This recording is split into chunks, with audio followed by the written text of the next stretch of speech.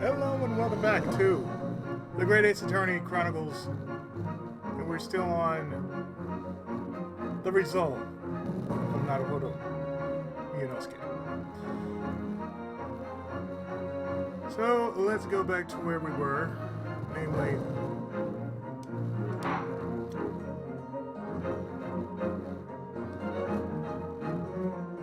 plot 4.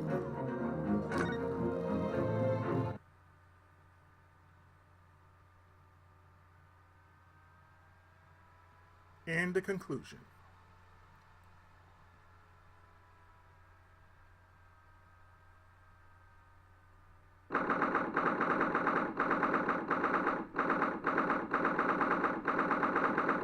October 24th, 11:53 a.m. Defendant's antechamber. Ah, the night air himself. Oh, have you been watching from the gallery, Mrs. Holmes? I've been on the edge of my seat the entire time. Courtroom trials are fascinating affairs. I was a spectator at this. I'm glad you've been enjoying yourself. I have to ask. What on earth's going on? It makes no sense.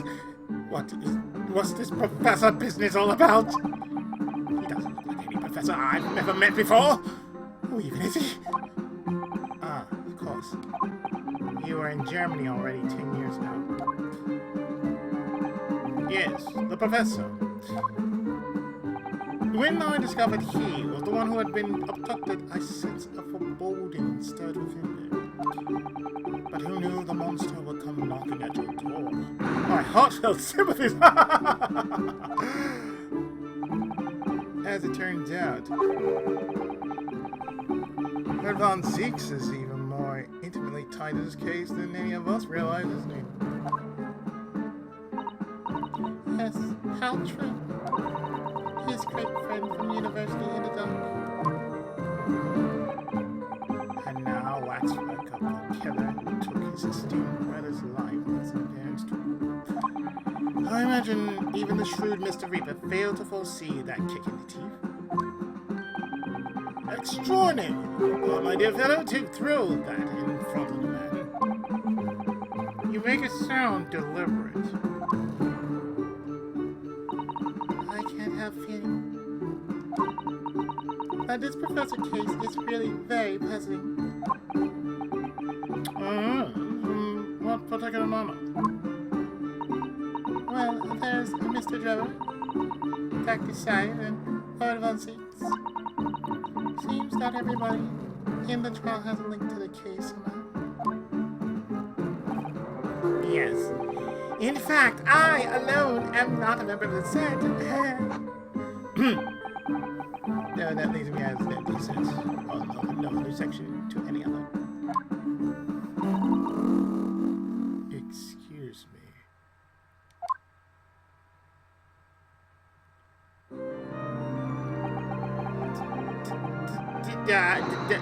Dr. Syme!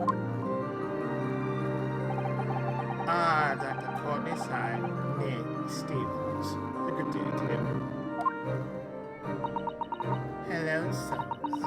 That was very shrewd. What in particular, pray? You requested that 10-year-old autopsy report from Gregson, didn't you? Why would you assume such a thing? Because Gregson told me.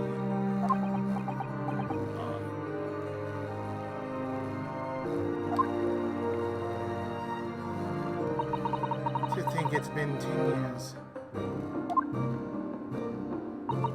10 years in the laboratory, wielding my scalpel. I smell nothing but corpses and disinfectant. The policeman on the jury had a lot to say about you as it happens, Dr. Syme.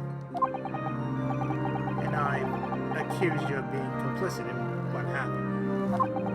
I'm hoping that you'll take the stand and tell the truth about what really happened. That certainly won't be possible.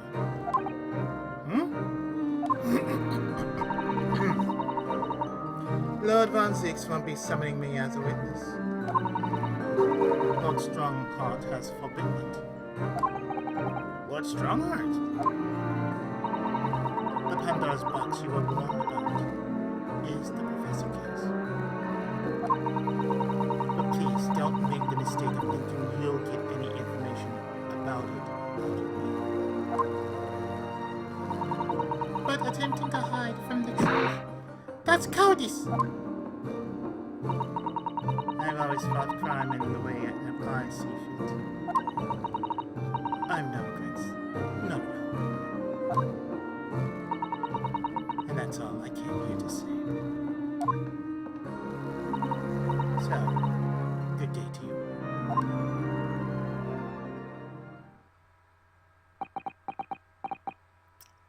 Well, now. She mentioned it too. This Pandora's box. Whatever does it all mean? There's really no cause for concern, I'll assure you, when the trial resumes. The meaning will become all too apparent, whether you'd like to or not. Now then, I believe it's almost time. I must make my way back to the public gallery. The edge of my seat awaits. I think maybe you're enjoying yourself a little too much. Ah yes, one word of warning before I go. If, in the course of this trial this afternoon, you perceive even a shadow of doubt about the truth, don't let it out of sight. Pursue it like a dog with a bone. To the bitter end, you understand. Do not falter, whatever may come to pass.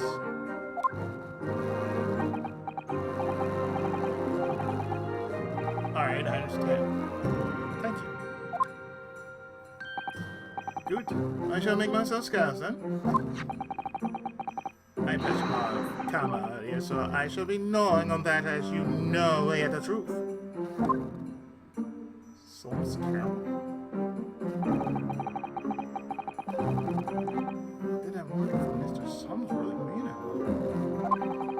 Especially the bit about whatever may come and stuff.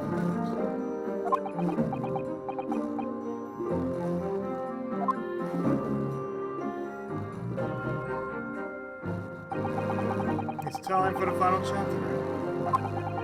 I'm determined to find the truth, no matter what.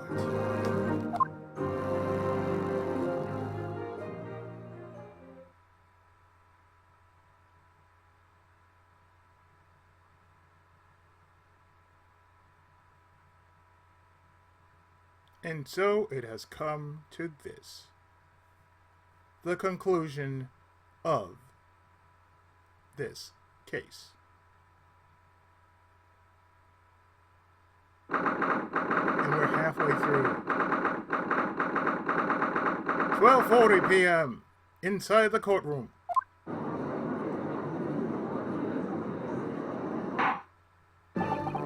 In the name of Her Majesty the Queen, I hereby reconvene the proceedings of this court. Counsels for defense and prosecution, are you ready and able to continue? The prosecution is ready. Hey! Defense also ready. As the court is aware, the case under our scrutiny began with a damaging incident at the Great Exhibition. Yet we now find ourselves embroiled in the details of a convicted felon who was sent to the gallows a decade ago. This trial has certainly defied all expectation, as it seems to be the fate of all trials in this case needs moving forward. So then, let us begin our exploration of the defense asserts that the Rat's work was cardinally involved in this matter. Lord Von Zix, my lord, are we still awaiting the arrival of Madame Tussauds? Not at all. She is in the antechamber as we speak and ready to receive.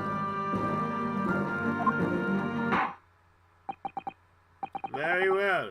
Bring in the witness. At once, my lord. Bailiff, show madam to spells to the stand. Things are about to become blood intense. If Trevor's responsible, which I'm sure he is, it means he must have had an accomplice in Dr. Side. And what connects the pair of them is the waxwork. Yes, the model of the professor. That's the key to the link between these otherwise unrelated individuals. It seems to be committed, but at present it's all we have to go.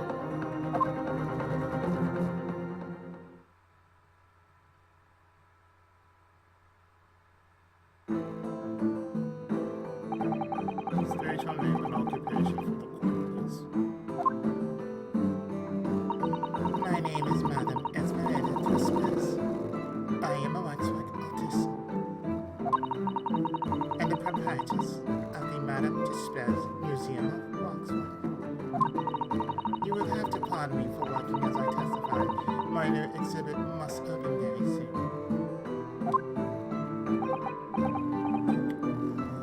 Okay. Oh, so your father gets a statue, does he? Now there are two of them. Oh my, what expression is you carving onto that face? A number of days ago, a particular waxwork matter was stolen from your museum. Can you confirm this? Oui, that is true. At first we believed it had been kidnapped. Waxwork marble? Kidnapped? Yes, my lord. There was a demand for ransom money left behind by the culprit.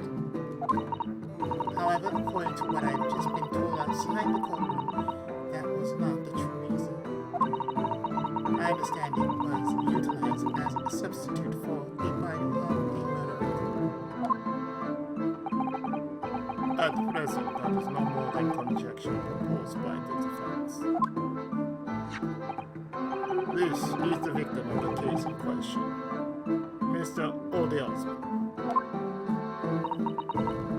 But of course I know him well. He is a part of my odious personage's exhibit. I detest to say what is evident, but Mr. Osmond does not resemble the professor. Yes, but perhaps their faces are very similar. Are you suggesting that we should see now the demands visage of the professor? I have here the key, but it's strictly forbidden to open the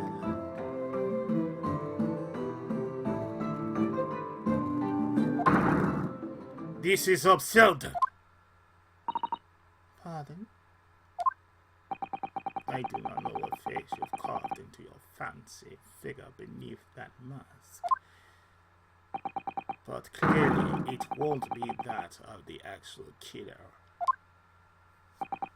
Indeed. The man's identity was never made public after all. The trial took place in a closed court. The proceedings were strictly confidential. The condemned man was summarily executed. His identity remains a closely guarded national secret. There is no possible way that a repository of Torii exhibits could get its hands on that information.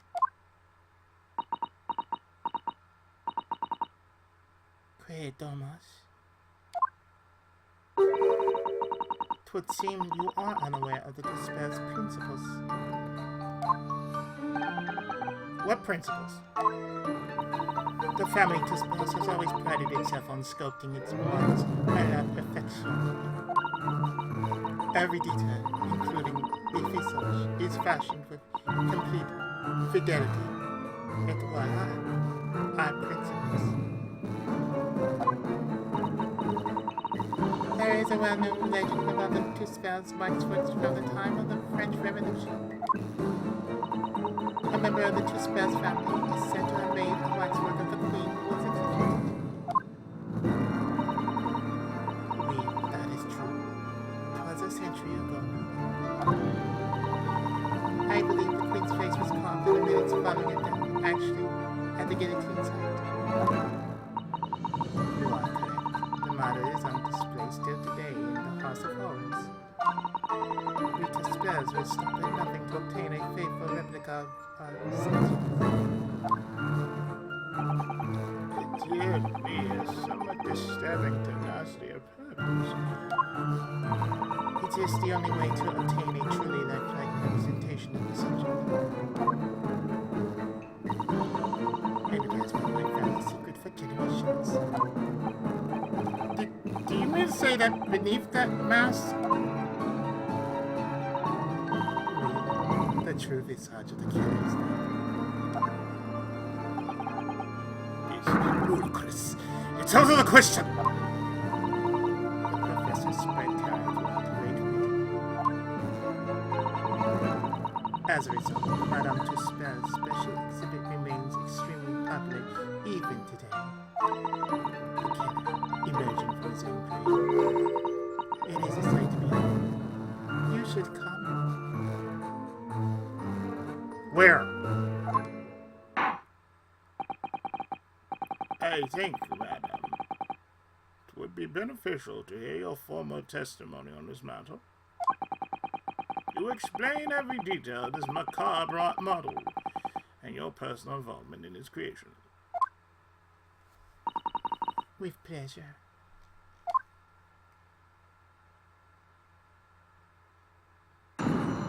Witness testimony. The Professor Waxwork. The special exhibit in the House of Horrors is based on a rumor that shocked society in London. The impression of the visage was taken directly from the corpse in accordance with two spells family principles. I created a grave digger and created a mold for the head in the cemetery just before the interment. I hid myself until it gave me a signal. I was there for a very long time that night. As dawn approached, I was very worried that I could be discovered.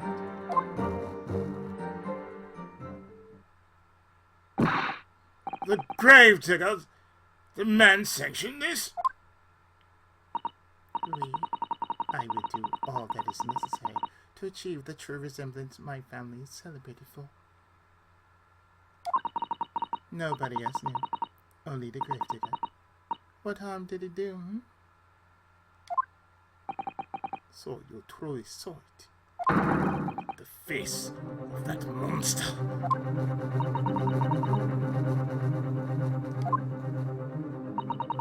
Naturally, I was aware at the time that his identity was a secret. But to spells would not be to spells if we did not insist upon absolute fidelity to our sculptures. I don't believe this. I myself have seen the special exhibit at your museum. A truly blood-curdling scene in which the murderer is emerging from his own grave. The scene it depicts was the subject of many rumors in London 10 years ago. I have here a newspaper from the time.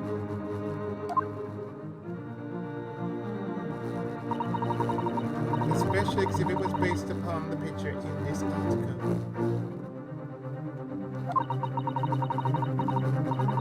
It was the most detailed account of what happened as reported by the eyewitness who saw it.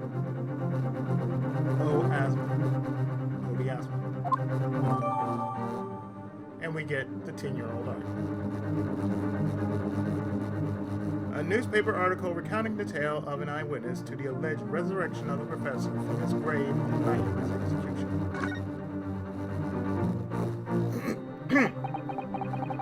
Man rises from the grave to absurdity.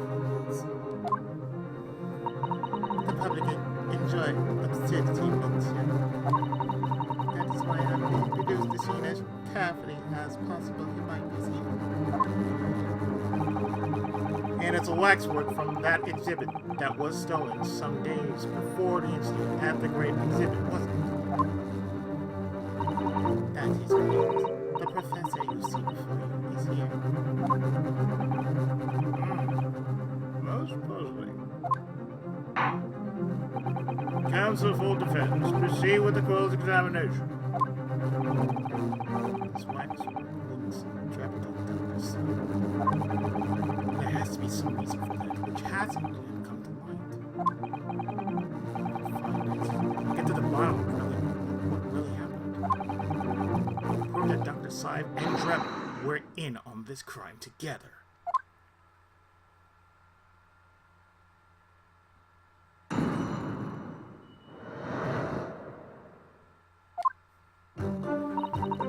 One, two, three, four.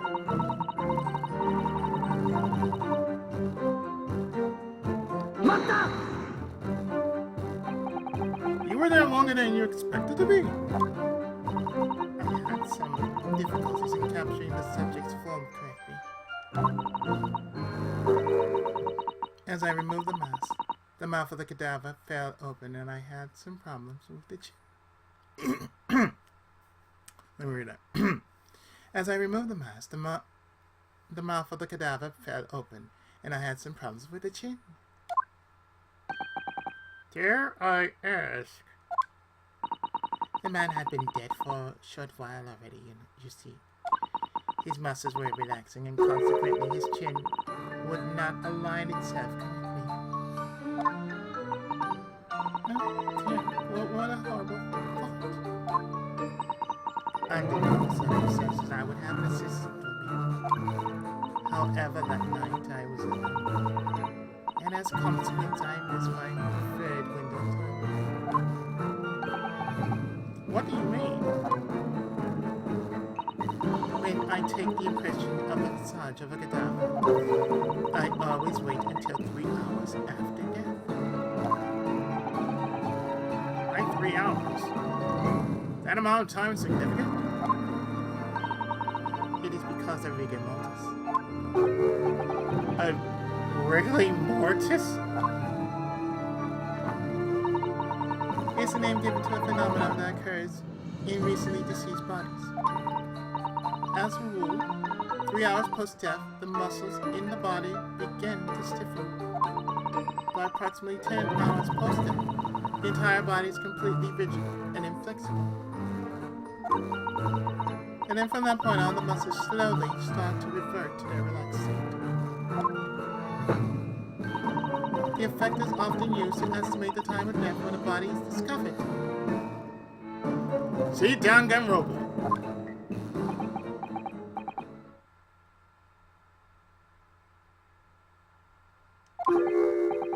Well, that was educational, if slightly scary.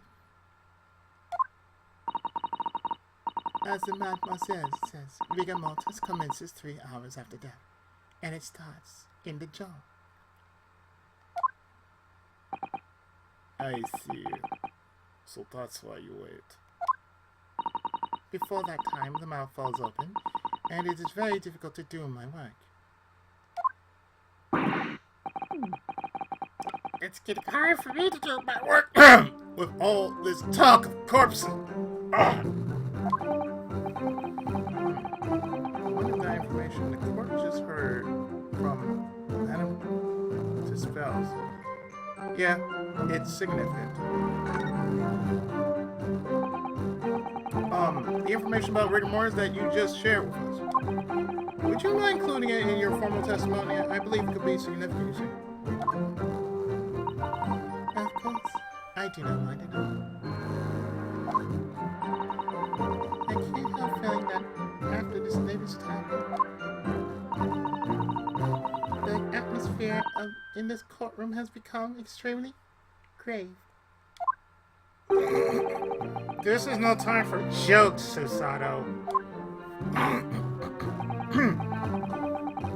Madam, kindly amend your testimony as discussed.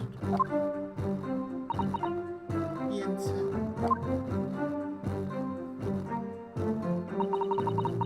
It took me a very long time because it was before the onset of the illness.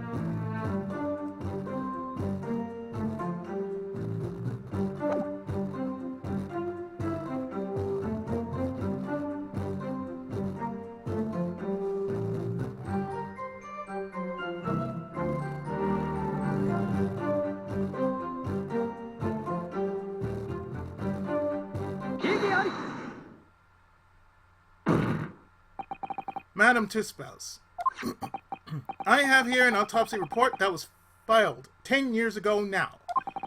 It confirms the death of the professor following his execution at the gallows. Is that a problem? I believe it is, because your testimony and a particular detail in the report completely contradict one another. Could Papa, are you going to explain yourself, my Nepalese friend? According to her testimony, Madame Tisbels was creating her wax impression just before dawn, and at that time rigor mortis had not yet set in. Am I correct so far, Madame? You are, yes. As I said, the stiffening of the jaw is the first sign of rigor mortis 2 to 3 hours after death.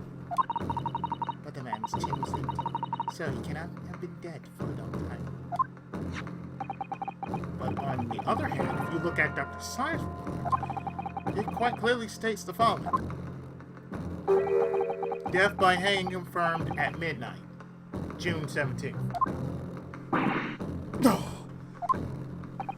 If the professor indeed died at midnight that day, then by the time you were sculpting his face, rigor mortis would already have set in. Oh, yes, you are right. The chin, it would have been completely stiff. In other words, this report is wrong. No coroner makes mistakes when recording the time of death. The very idea is absurd. In that case, there's only one possible conclusion. The execution didn't actually take place at the stated time. Impossible!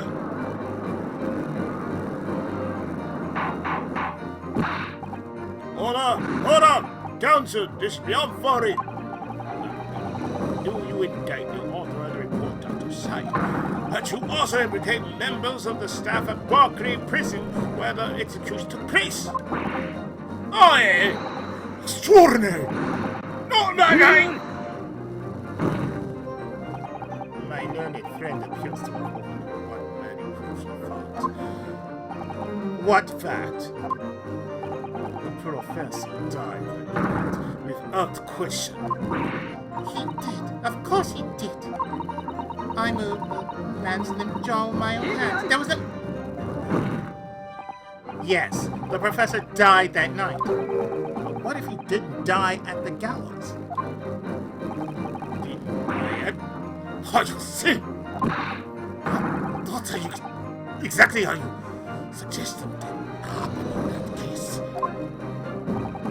It's almost impossible to believe what explained. Between Dr. Tsai and the professor, and one other person of interest.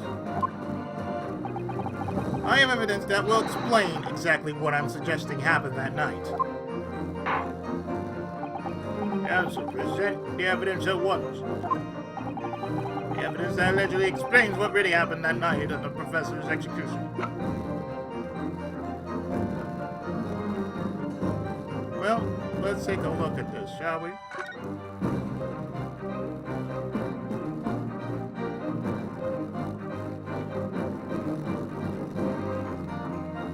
Mr. Kreber's dreadful encounter.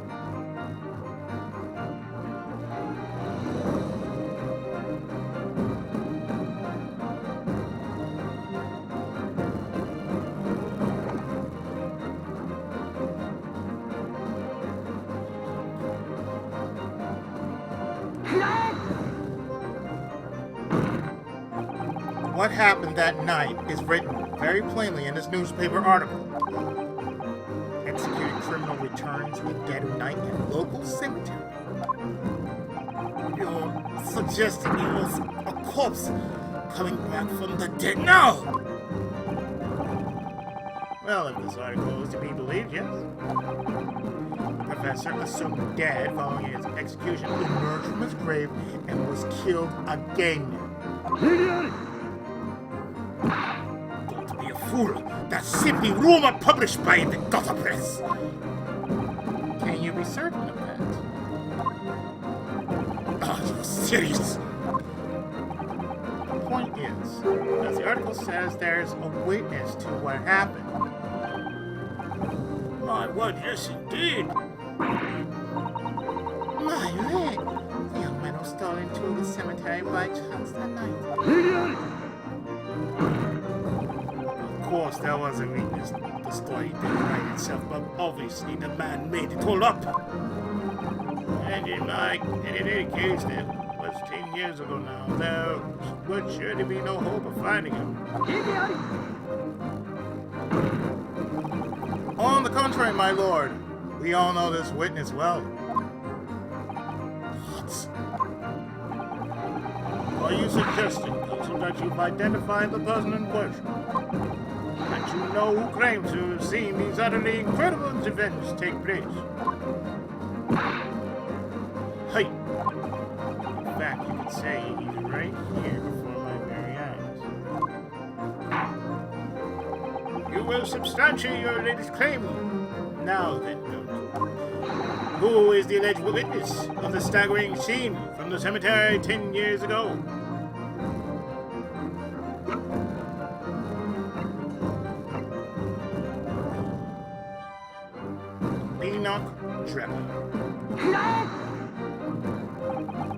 The man in question is Mr. Enoch Drebber.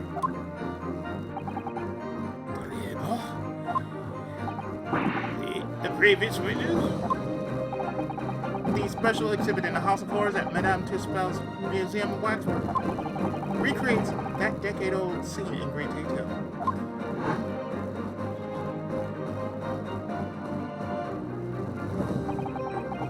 The condemned criminal emerging from the grave and beside the tomb. A young man with a lantern stumbling upon the terrifying sight. And that young man is a 10-year younger Enoch Drebber.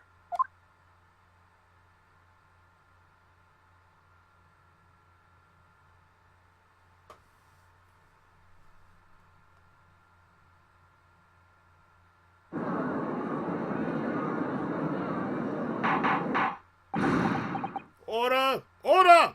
Order! Shouting not, Counsel.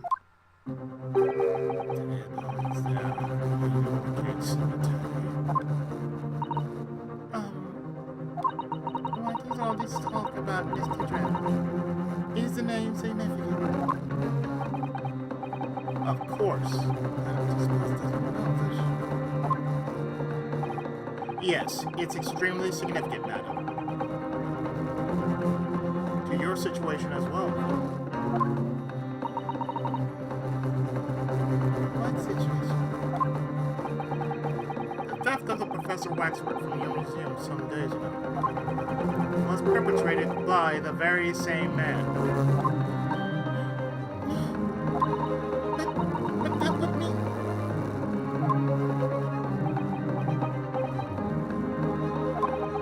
Madame Tussauds. It would appear you know the name Enoch Drebber.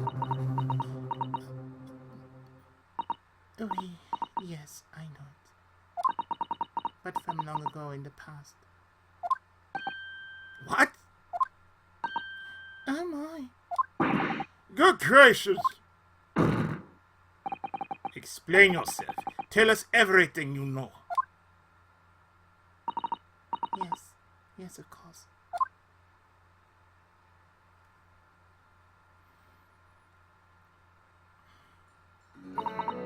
The story of the young man and terrible sight he witnessed in the cemetery 10 years ago was published in every single newspaper in London and throughout Great Britain. However, in all of the articles, the witness was simply described as a certain young man. No details were published about his identity. His name was never revealed. That is apart from in one newspaper.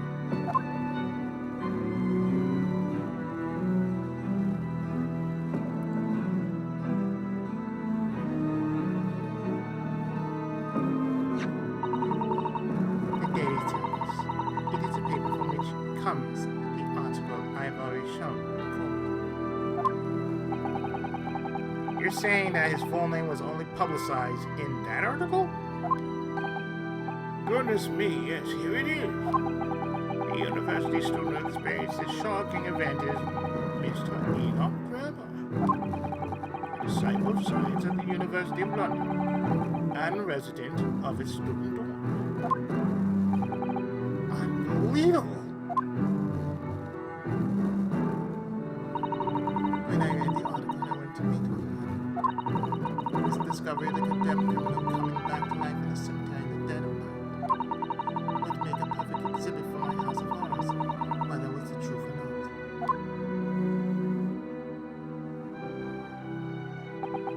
I see. So you went to meet Mr. Trevor in order to scope the waxwork of the man.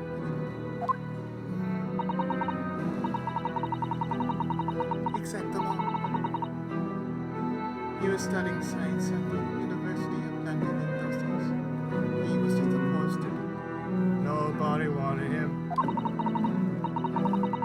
I paid him £5 to model for the waxwork.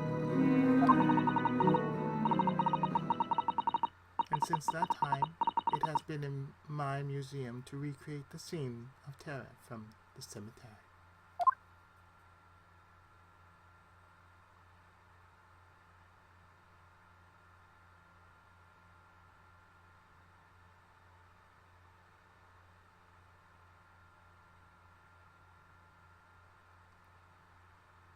And a solemn hush falls over the crowd.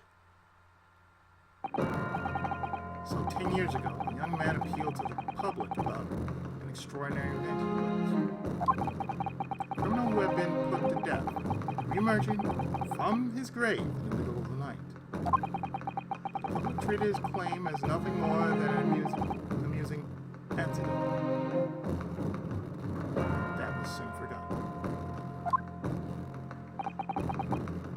And 10 years later, the same man steals a waxwork model of the executed criminal, ostensibly to use as a body double for the victim in the case we're discussing here today. Even though the waxwork build a poor match for the victim, and his face is obscured by a mask. So the question is, why would the man do such a thing?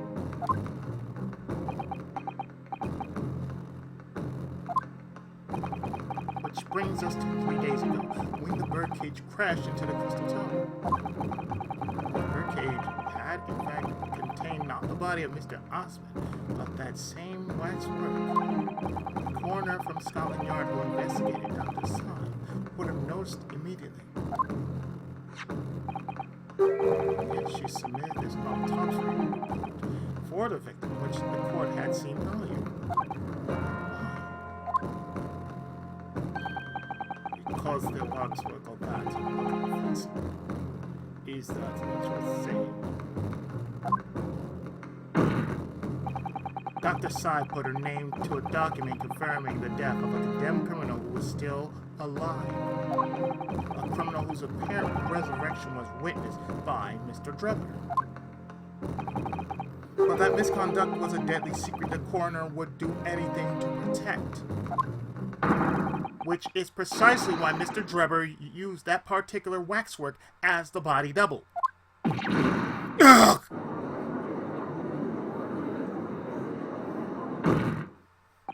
My lord, this court must summon Dr. Sy to the stand. The defense is determined to find out exactly how the coroner and Mr. Drebber are connected.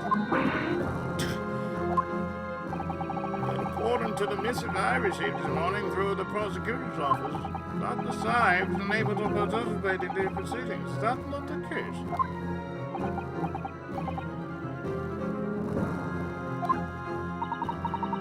She told us herself, didn't she?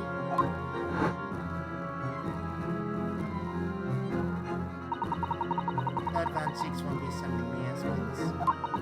Lord Strongheart has forbidden it. Strongheart? The Pandora's box you are is the professor's case. But please don't make the mistake of thinking we don't get any information.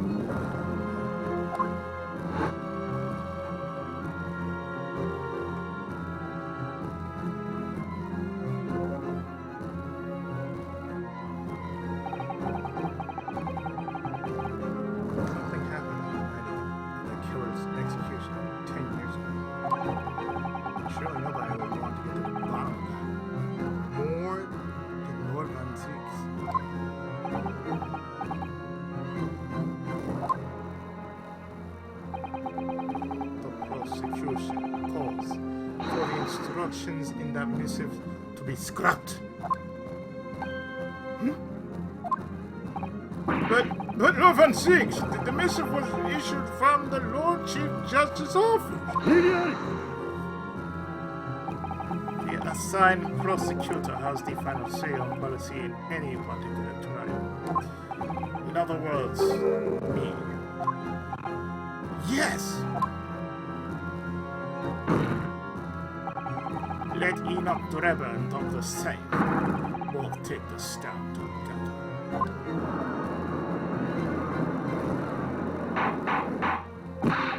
Order! Order! Order! Very well, I will uphold your request.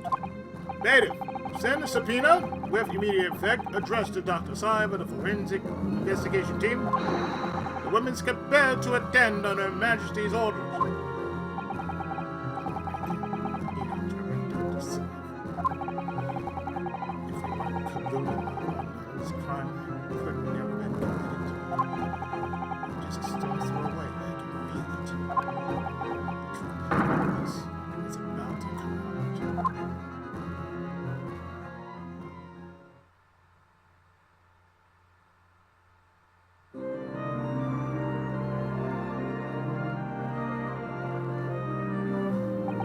Thank you for your attendance at such short notice, Dr. Sy. I am disappointed in you, Lord Zieks. You completely betrayed the agreed policy of both Scotland Yard and the prosecutor's office. Betrayal is not in my nature as long as the truth isn't compromised. If it is, if there's even a hint of wrongdoing, then no matter who makes concerns or disclosures, I will pursue the matter. That's what any prosecutor will pursue.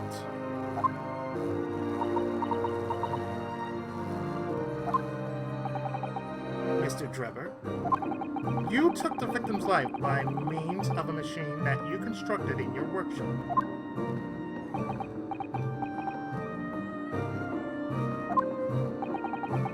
And Dr. Sy, as the investigating coroner, you were the first on the scene to investigate the victim's body.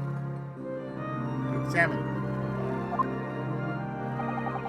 it. It is the belief of the defense that you collaborated with each other and were both complicit in this crime. And where's your evidence? At present, we have no definitive evidence, but we do have a very significant clue. What are you talking about?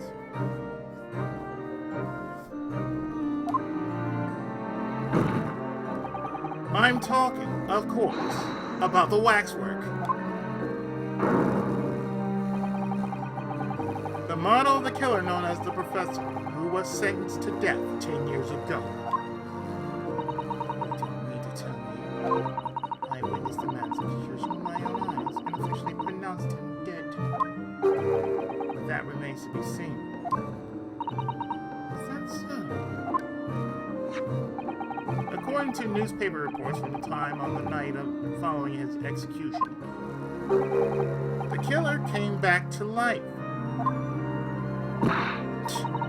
Don't waste my time. And the sole witness to that mysterious event was you, Mr. Trevor, wasn't it?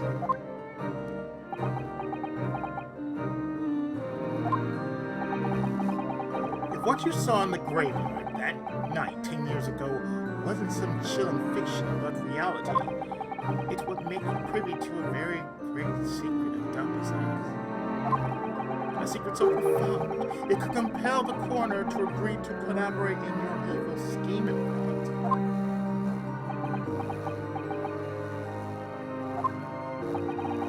Mr. Trevor, tell the court! Tell everyone the truth of what you saw that night in Low Gate Cemetery.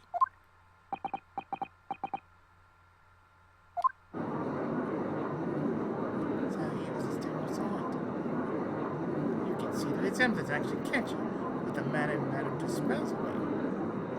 Sure, he's not going to claim that's really what he saw, especially not after all these years. With a research student at the University of London, that's you. It took shit before he could ask me.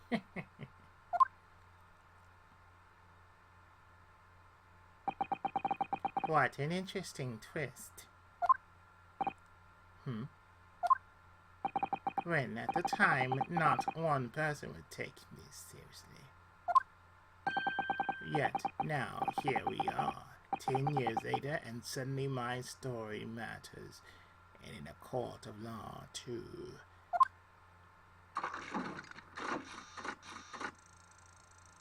He's doing the robot. Very well then, if everyone so wishes. Let's be frank. I'll tell you the truth of what happened that night. For what it's worth.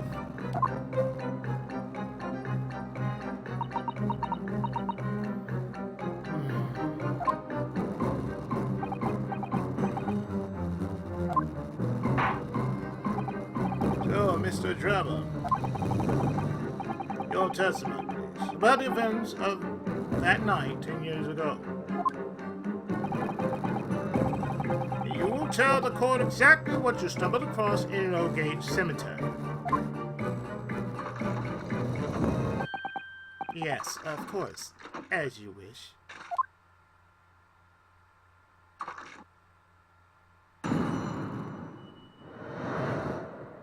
In the cemetery 10 years earlier. The reason I was in Lowgate Cemetery at all 10 years ago was for a spot of moonlight, shall we say. Yes, the illustration in that newspaper article was based on what I witnessed that night. But thinking back now, I realized that I never actually saw the professor. Soon afterwards, I was visited by a young woman who sculpted a model of me from wax. Then I gave up on my dream of becoming a scientist, and it was all because of that newspaper article.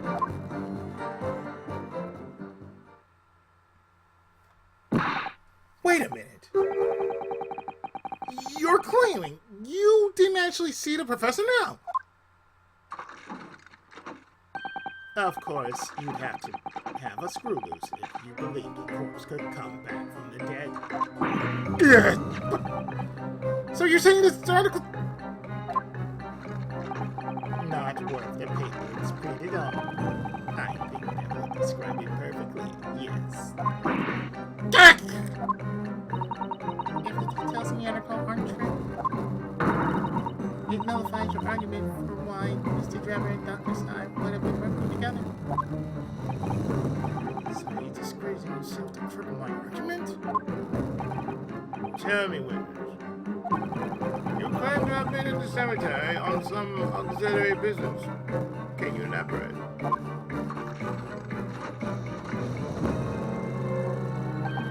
That is right. Grave robbing, to be precise. As you know, Lowgate Cemetery is at the rear of Barclay Prison. So, among students at the university, it had a reputation for being haunted by the ghosts of condemned convicts. Grave robbing, you say? Yes, exhuming fresh corpses to sell as reasonably lucrative. Of course, I never laid a finger on any valuables buried with the dead. Well, you were the one of the so-called resurrections, a particularly unpleasant scourge in society. Actually, my fellows and I went by another name. The Repurposers.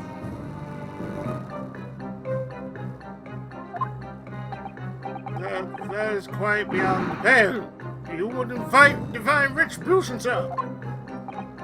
Yes, well, I think I suffered retribution.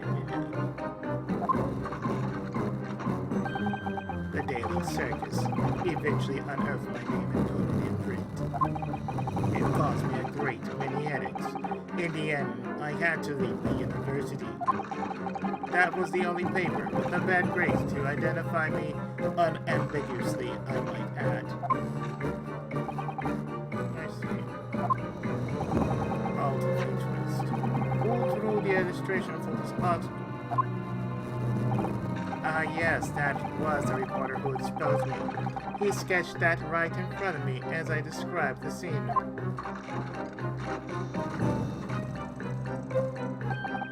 Obviously, as time ticked on, I bitterly regretted what I'd done. Claiming to have seen something I never truly saw. Foolish. Very foolish.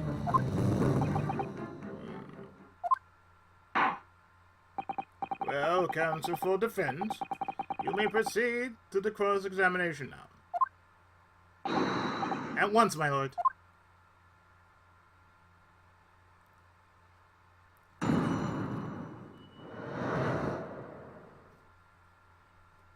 So, let's count. 1, 2, 3.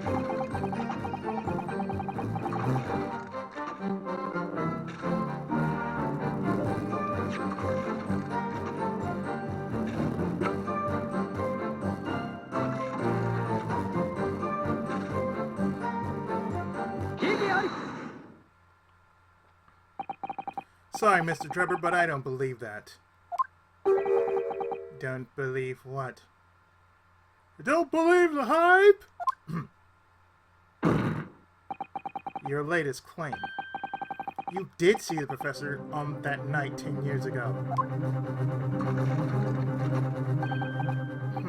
Oh dear, we seem to be at odds, but I was there, and you were not. I know what I didn't see.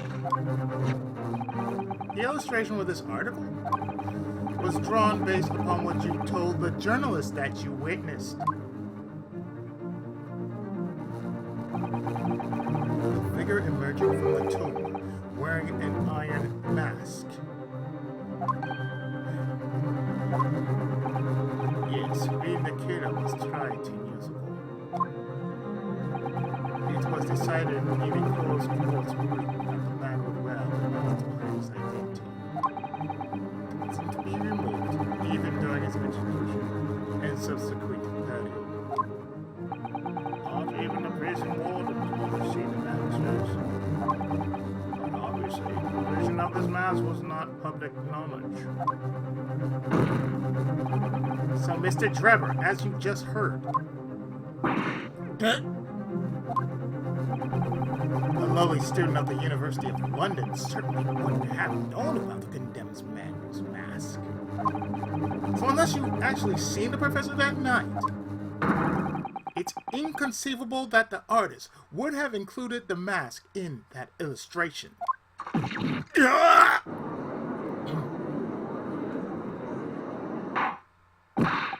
Hold on! Hold on! Well, Mr. Trevor.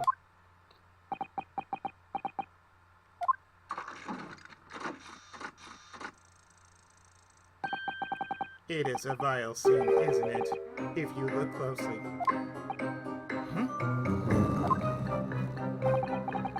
And as I've already been at pains to point out, I was utterly petrified. Which is why I had it in my head that I'd seen such a blood-curdling sight. But afterwards I came to my senses and realized that I'd been mistaken. You're still saying you didn't see it? If you're stubbornly sticking to that story, witness, then amend your testimony to explain exactly how you think your eyes have deceived you. Of course. Only too happy to oblige. I can't believe you're still not going to see the point.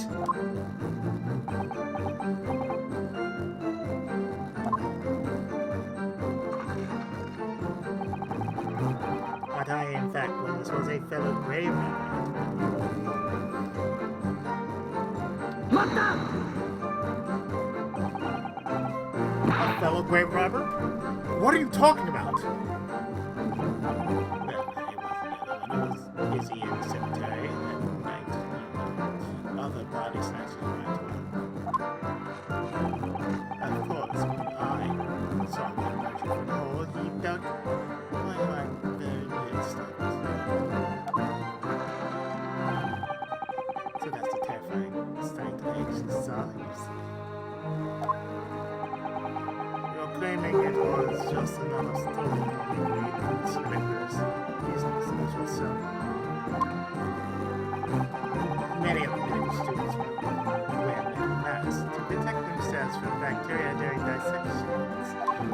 Clearly, this fellow was using such a mask to protect his inner being. Wouldn't you say? But there's more to the story, isn't there? The article goes on to say, in the next second, a gunshot rang out suddenly from behind.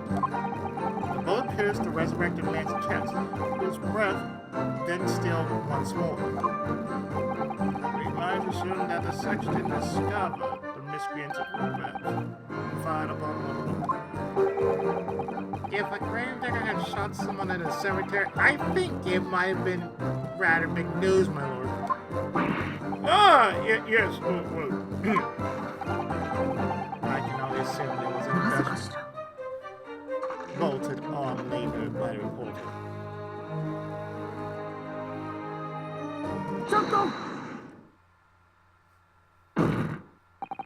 Madam, 2 spells. Don't take it out on Mr. Soames. Oh la la, pardon. I was lost in my thoughts.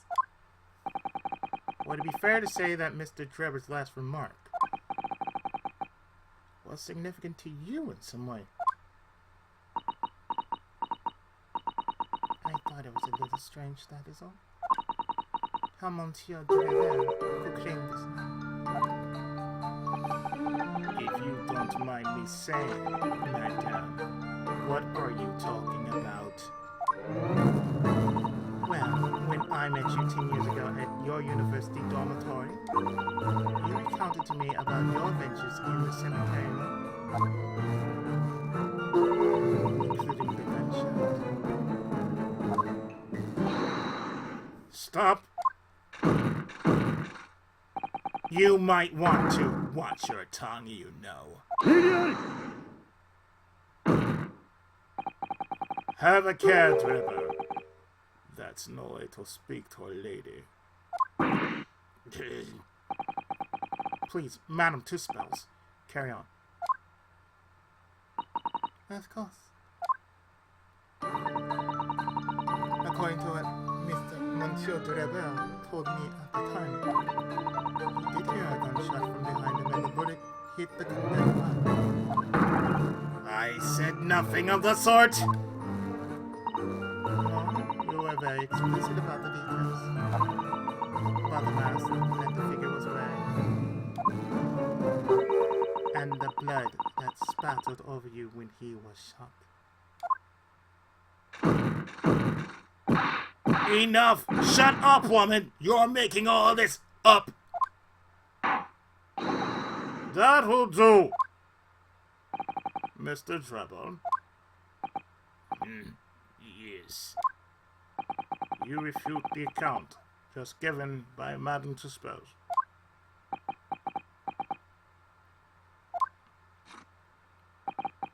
I have no recollection of ever saying those things.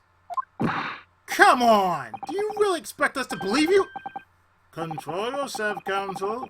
I will not permit baseless accusations in my courtroom. Right. Under the circumstances, I think it'd be best that you supplement your testimony with a statement to clarify your position on this witness. Very well.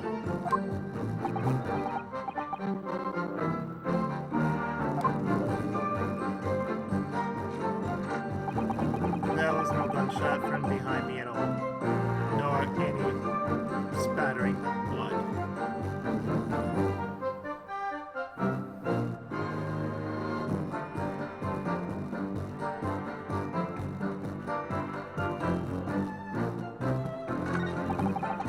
Soon afterwards, I was visited by a young woman who sculpted a model of me.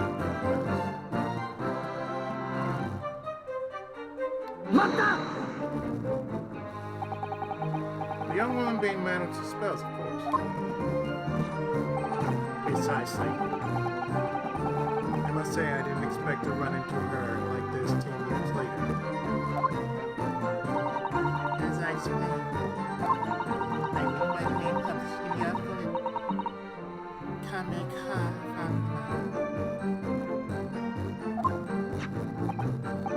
Yes, the article in the Daily Circus, I think I said. I was a poor student with barely a penny to my name at the time. Galileo, Galileo, Galileo. And the young lady put £5 in front of me. So you readily consented to having the wax on your separate and get permission for it to be put on display. I did. I should sell what little I had to sell. I concluded. I remember. I purchased something else from you that day, Miss Mom.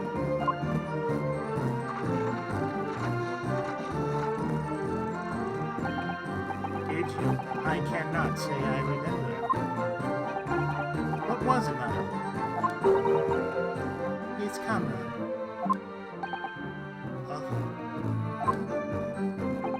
Oh yes, I made a point of taking it with me whenever I made an excursion in any cemetery. You took a camera with you, sir. To what end? To record the details of the bodies I disinterred.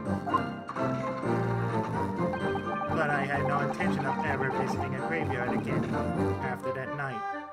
So I sold it.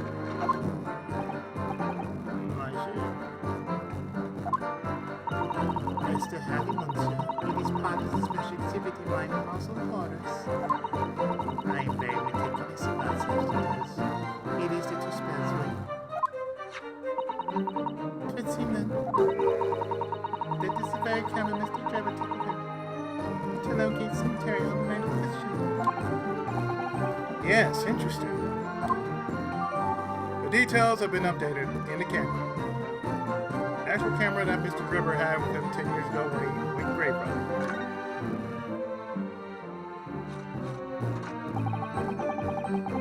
And I gave up on my dream of becoming a scientist, and it was all because of that newspaper article.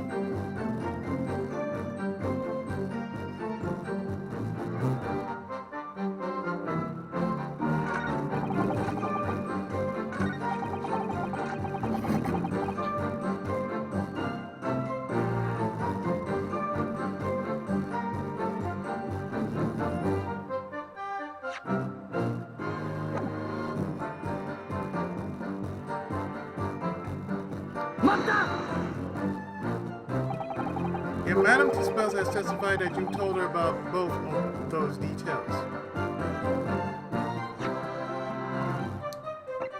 Oh yeah, by the way.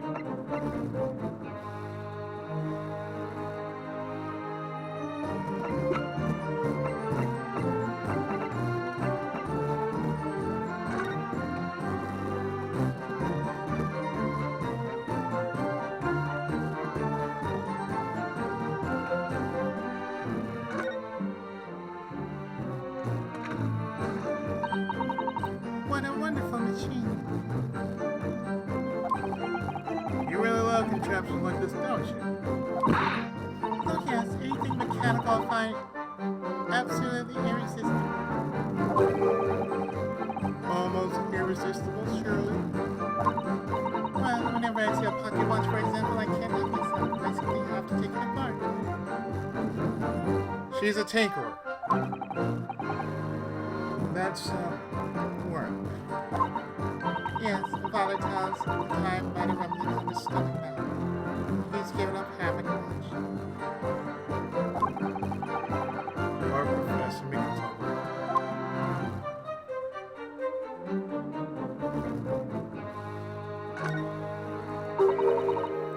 Look, Naruhodo. What is it? On the bells here, there seems to be some very red dark stains. Yes, you're right. Looks like blood, actually.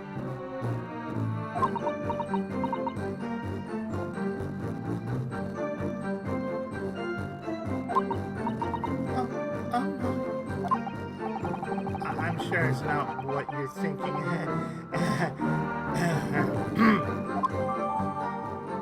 The actual camera that Mr. Dripper had with him in the cemetery 10 years ago. When the lens is extended, dark staining can be seen on the bellows.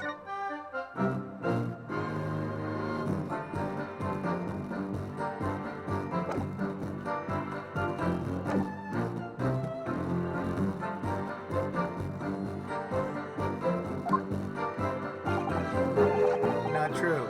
I said nothing of the sort. 10 years have passed.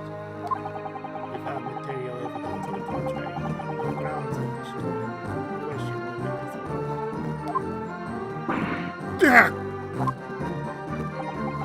Tell me, Madame Tispels. What exactly did Mr. Trevor say about the blood that apparently splattered on him? And this is what he told me. All of a sudden, he heard a very loud gunshot from behind his back. The body hit the figure was emerging from the tomb in the middle of the chest in his lung. One dreadful sight after another. Since Monsieur Trevor was at the time facing towards the condemned man, the blood sprayed from the wound and splashed on his body. That's what he told me. So, not an experience you would ever forget, is it? Precisely, and I didn't forget it, because, as I've already said, it never happened in the first place. He's clearly lying. I had some evidence. You do! You can't let him win, Naruhodo. You mustn't overlook a single detail, no matter how small.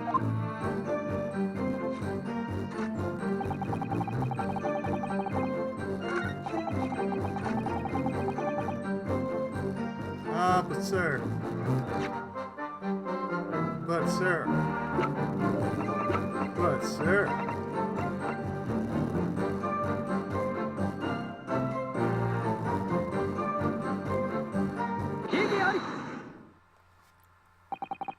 Mr. Trevor, do you remember this camera? But that is the camera from the Faithful Knight?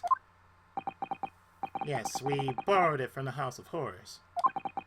It's the camera you took with you to the cemetery that night, Mr. Trevor.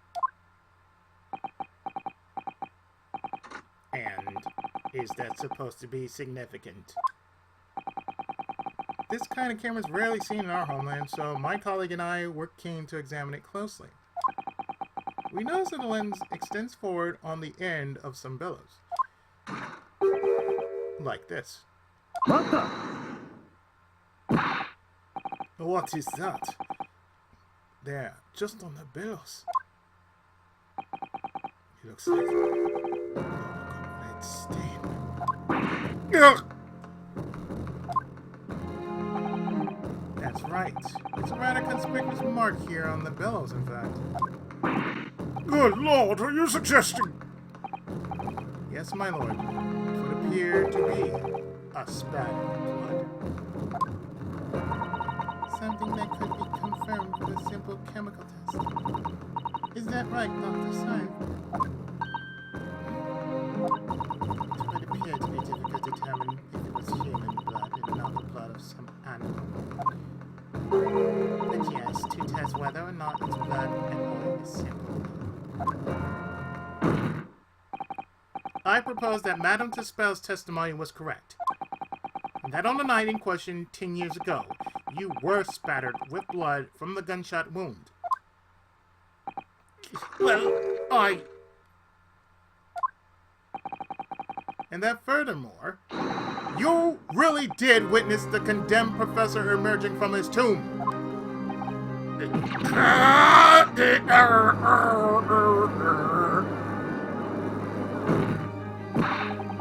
There's simply no way you could have forgotten such a traumatic experience.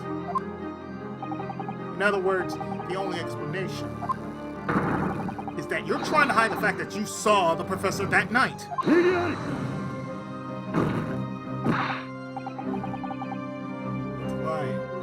Why would he want to do that? Well, not for his own gain, it would seem. For who could benefit? Mr. Trevor's obviously lying in order to protect somebody. My goodness, he's shooting someone!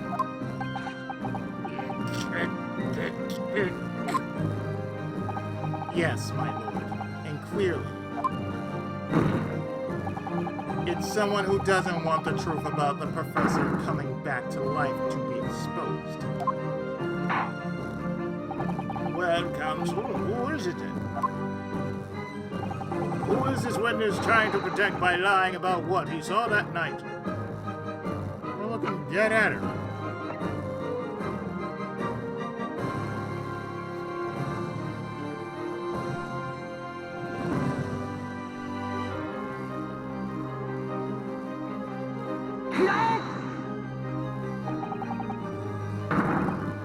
You have these answers, Dr. Syme.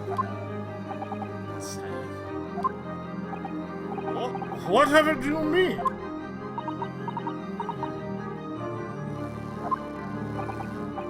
Imagine if the convict who had been silenced to death was not in fact killed. Imagine if that was to come to light. What are you insinuating? And imagine if the convict in question was the country's most hated mass murderer.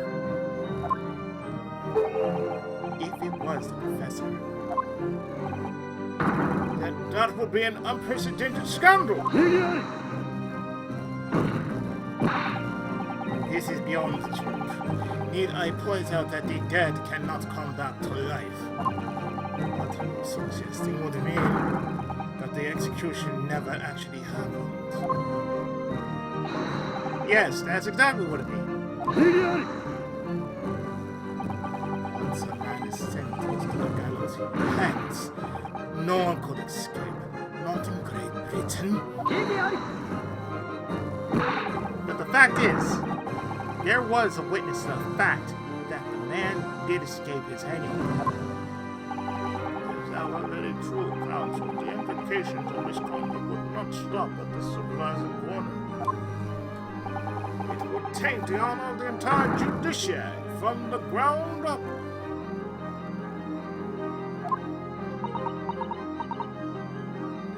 Pun intended.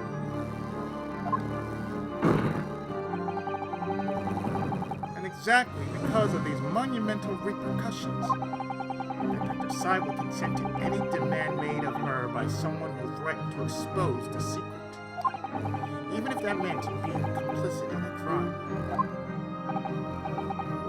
You mean? I mean that Dr. Sai wasn't collaborating in Mr. Drever's wicked scheme. She was coerced into collaborating in order to protect her decade-old secret.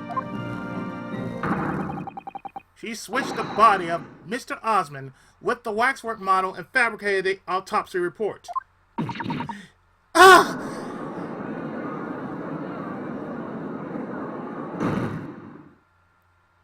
I put my boot up that ass.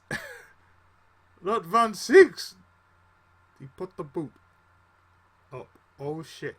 He put the boot up. Pray forgive my freshly hollow chalice and a whole raft of other discourses. No. Goodness me! He's got the boots. Just the sort of tall-tale Londoners would enjoy, I grant you.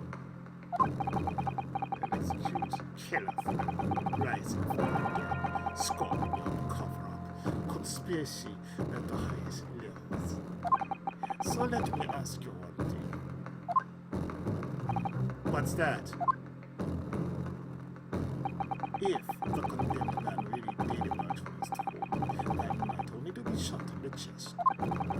Who pulled it in and disposed of him forever? Well, I have no idea at the moment. You have too little information to work that out at present, I think. I couldn't agree more. The old lady is no place for violent fantasies.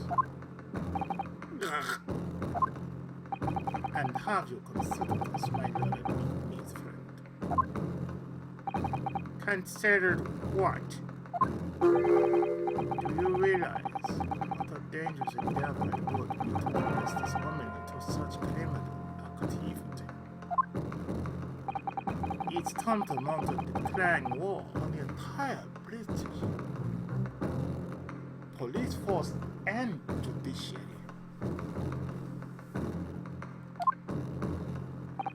Why, I'd imagine ain't some money being offered for research rewarded.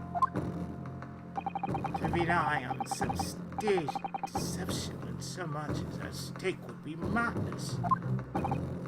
Well, I suppose... And this was no petty crime either. The victim was murdered.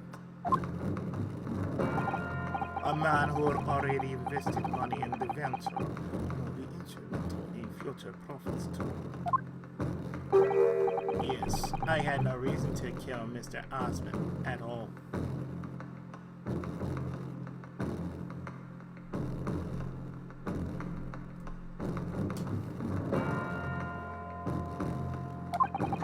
Or are you forgetting that his death results in me receiving not a single penny? The court is already aware of the contract between myself and the victim. No. There is the contract, that's very true. The motive for this case runs deep. I can feel it. Using the force the head of the forensic investigation team to cooperate is extreme. Especially for a government grant he had no guarantee of receiving in the first place. The research grant was the aim. Taking Mr. Osmond's life would have made no sense anyway. Which means Mr. Trevor's motive wasn't money at all. He was just trying to kill Mr. Osmond. Why? What was it about that? Time is up, my learned friend. I'd say you have one last chance before the jury loses their patience and they shut out. Let's see if you can back up your hated proposal, shall we? How to explain why this engineer would throw all caution to the wind and threaten his own country? At this point, I'm not prepared to listen to any more of this outlandish conjecture without proof. So, counsel, present your evidence. Who exactly was Mr. Osmond to travel? His connection here is no one's seen it. I'm going to have to present 2 pieces of evidence to show what it is. Yes, my lord. The evidence that establishes motive and explains why the witness wanted the victim is dead right here.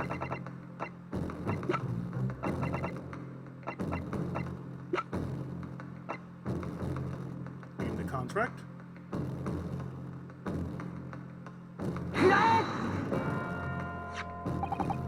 Mr. Trevor, I have here the contract that you signed with Mr. Osmond.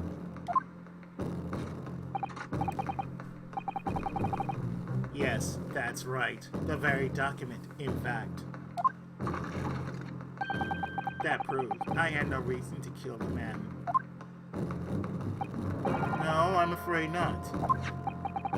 As it turns out, this contract actually helps to establish the real motive for the murder you committed. Well, I never. What are you talking about? Read it again, you idiot. I'm not finished. In order to demonstrate what your motive really was, I need this contract and one other piece of evidence.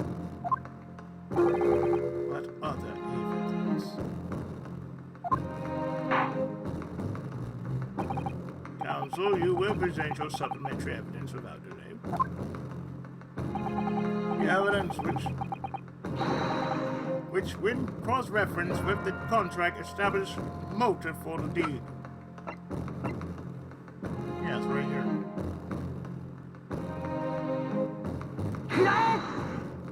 The article.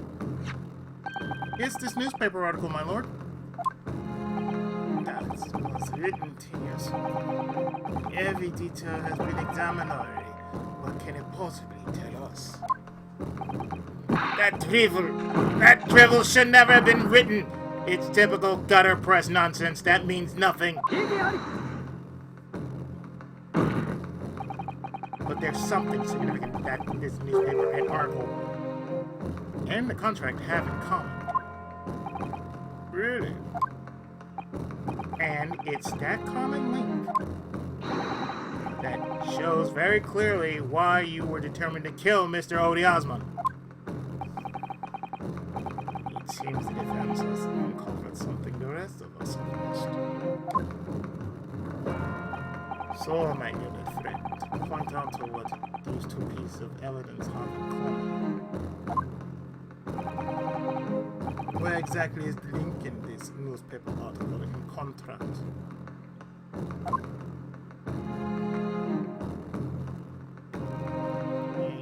You see right here?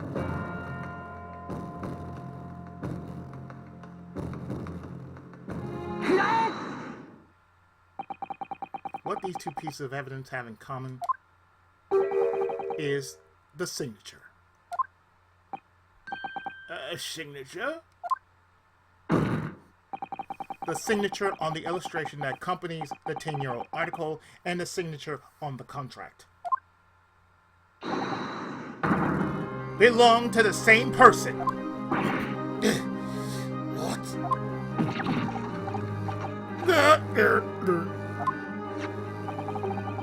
As the court has heard, this illustration was drawn 10 years ago by the newspaper reporter who found Mr. Trevor and interviewed him about his ordeal.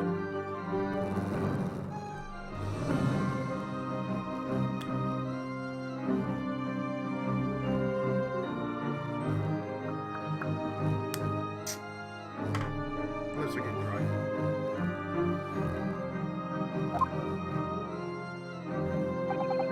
If you look closely, the reporter's signature can be seen in the bottom right corner of the drawing.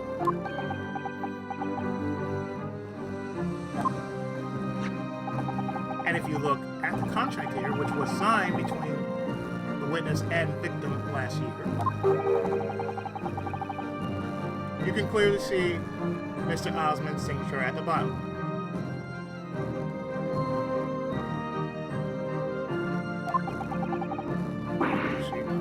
Good Lord, yes, they're identical. In short, the journalist who drew the illustration and wrote the article published about Mr. Drebber 10 years ago was the victim of this case, Mr. Odie Osmond. No!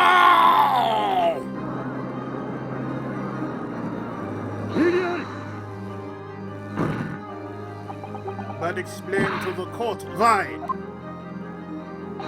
Why will that constitute a murder for the witness to murder Osmond? What do you think that? You remember that Mr. Drebber talked about that article in his testimony? Grave robbing, you say? Yes, exhuming fresh corpses to sell it. It's reasonably lucrative. That's quite beyond the pale. You wouldn't find divine retribution, sir. Yes, well, I think I suffered retribution, you know. The Daily Service eventually unearthed my name and put it in print. It caused me a great many headaches. In the end, I had to leave the university. That was the only paper with a bad grace that identified me unambiguously, I might add. And I gave up on my dream of becoming a scientist, and it was all because of that newspaper article.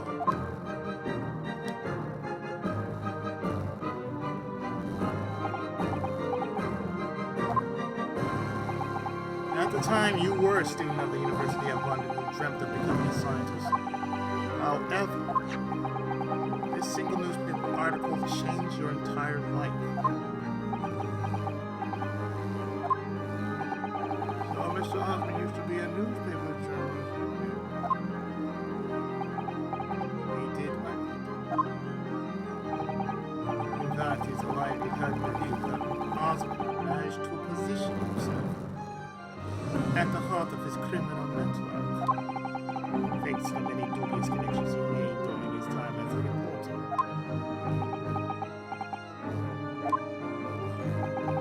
So you had to give up on your dream and leave university. You lost everything. Eventually you found yourself working in the field of science, but only in the shadows. All because of that article, written by Mr. Osmond. Enough!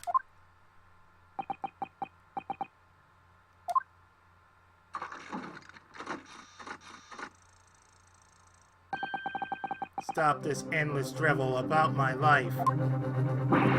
What? Explain yourself, Mr. Drebber. Yes, it is true. I had to leave the university as a result of that article.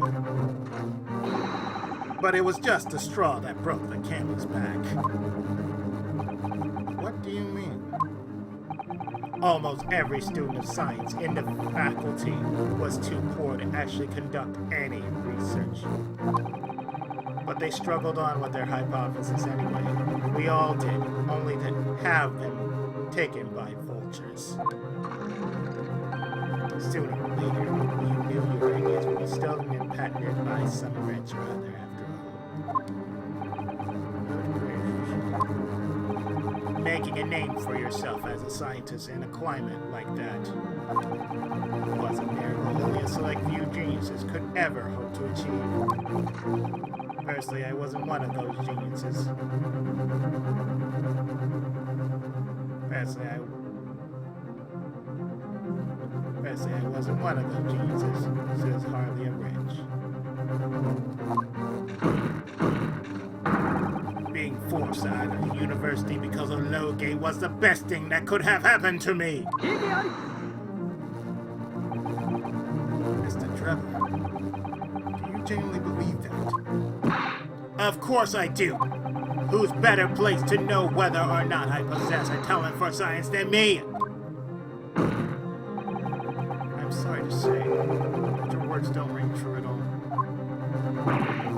How dare you! And I have evidence to prove it. How are you in a position to say anything about me? I don't know you from Adam. Fine, if you think you have evidence, go ahead, show it.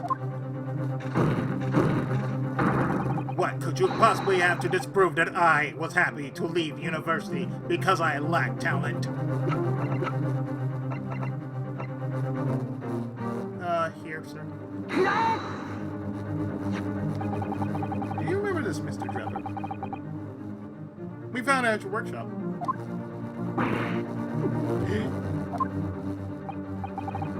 Is that a Royal Society trophy for excellence in science? What exactly is that trophy, Count?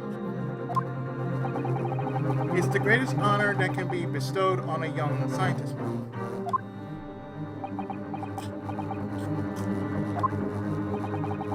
There is no higher accolade. It recognizes emerging talent and promises a bright future. Good gracious! Your prospects for the future were excellent, weren't they, Mr. Drebber? Because even then you were a genius in your field. But you lost everything. You had no future. Your talents would go to waste. All as a result of this one newspaper article.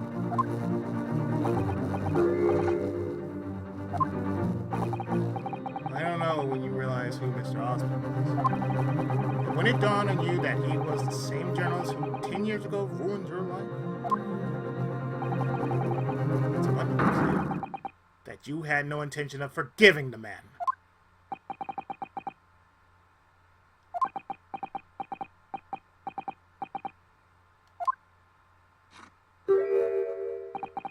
The truth is, finally, he's going to fold.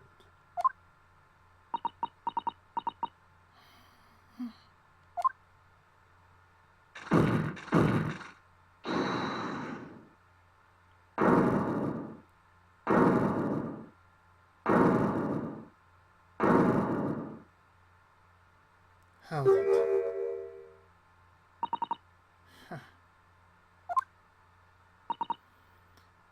Fine. Clearly, this has run its course now. What? I admit it. All of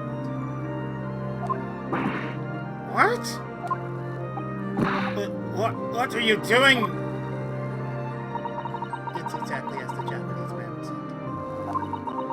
I was coerced into going along with this man's plan to murder the victim. On the condition that he kept my dirty secret 17 years ago.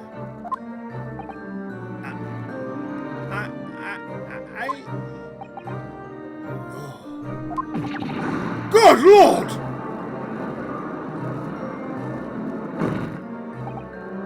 Dr. Scythe, do you realize what you're saying, woman?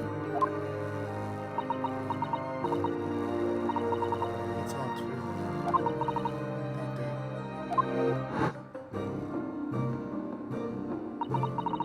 When I arrived at the Crystal Tower and saw the birdcage, my heart nearly stopped beating.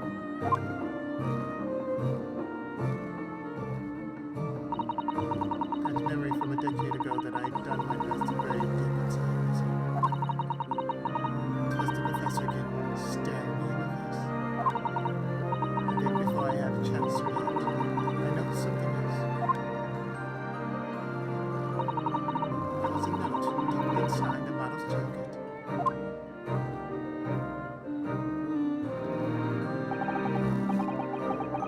After Simon, we will go along with my plan. From someone who knows the truth about what really happened that 19 years ago.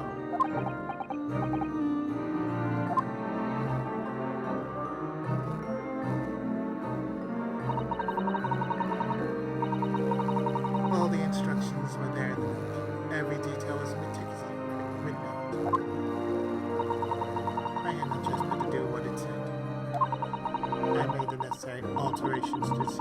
fabricate the autopsy report as instructed. There was really no other choice. It had to be done to protect the judiciary. I can only apologize now.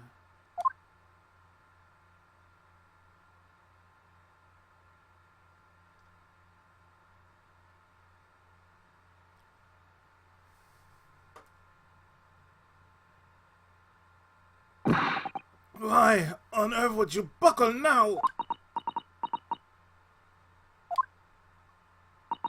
Well, there's no point trying to hide it anymore, is there? I would have done anything to stop it from coming out. Even collaborate in a murder. But the great lie about that execution 10 years ago has been exposed. Whatever happens, I'm finished.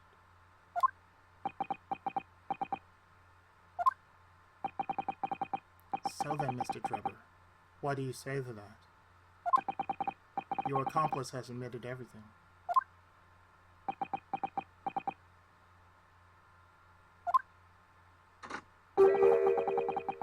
Surely it goes without saying. You admit your part in it too, then? I admit nothing at all. What?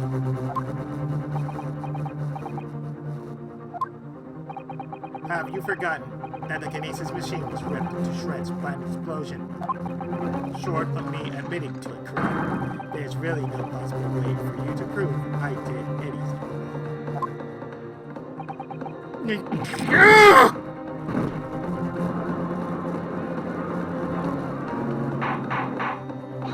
Order! Order! Whatever this man says, I admit everything. He threatened to expose my secret side with along with his plan. And Lord Vincent's. Yes. I hope you accept my apologies. What happens next is in your hands.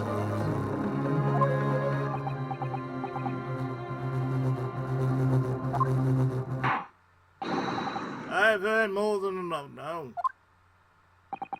I hereby present the final findings of this court.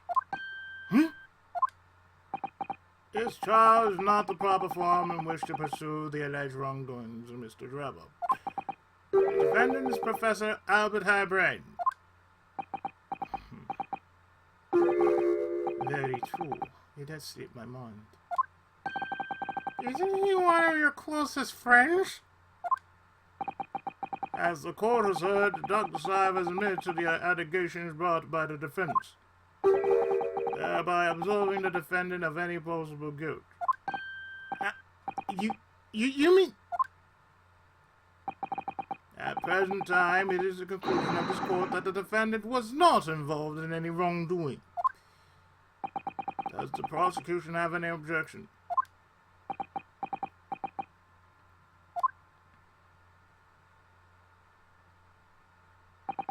None, my lord.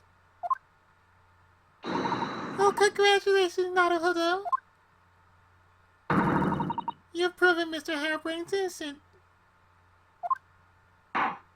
Without further ado, the adjudication. Unless the prosecution of defense have any other matters to discuss.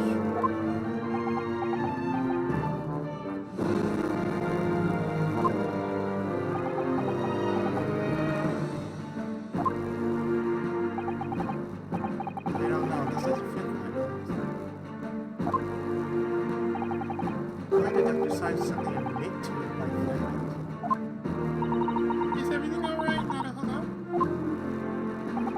Like you said before, the way the trial's set to end now, the judge will certainly deliver a verdict of not guilty. But is that really what we want? What the defense should be pushing for now is further testimony.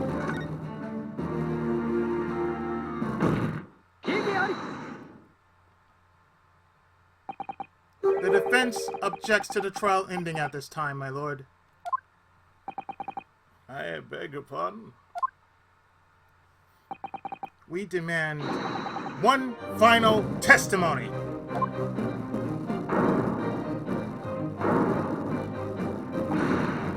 What? You do realize I'm about to educate in favor of your client, I presume?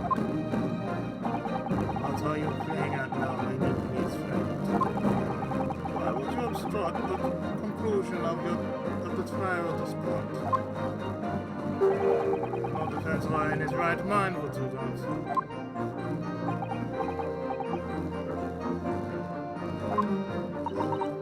No, hold up. What exactly are you thinking? Truth. The whole truth. In a way to bring it all out in the open.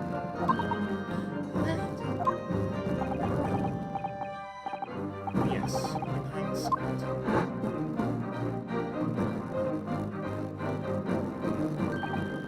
Ah, yes, one word of warning before I get it. If, in the course of the trial this afternoon, you perceive even a shadow of doubt about the truth, don't let it out of your sight. Pursue it like a dog a bone.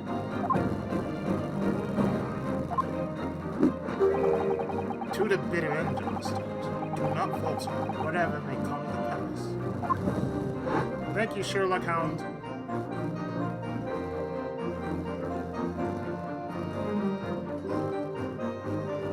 I have to go back and watch this. I'm sure these are songs. I must have deduced that this would happen. Yes, I'm here in court to advocate for my client and to secure an acquittal. But that's not all. I believe that I have a duty to the court to pursue the whole truth of the case until every last detail is laid bare.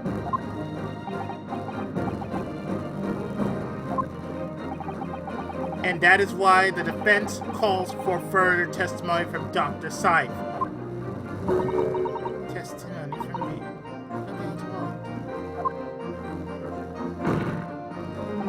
About what? About the nature of your collaboration with Mr. Enoch Drebin. In that case, it's escaped your attention. I've already admitted to everything I did. The whole truth has already been revealed. So stop wasting everyone's time. As his lordship made very plain, your client will get the acquittal you wanted for him. There should be no point in retracting this business file with another tedious cross-examination. Fuck the bottle.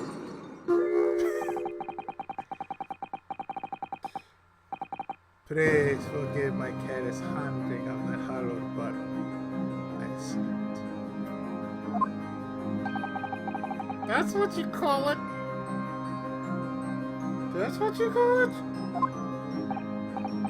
What is your objection on 1-6? The prosecution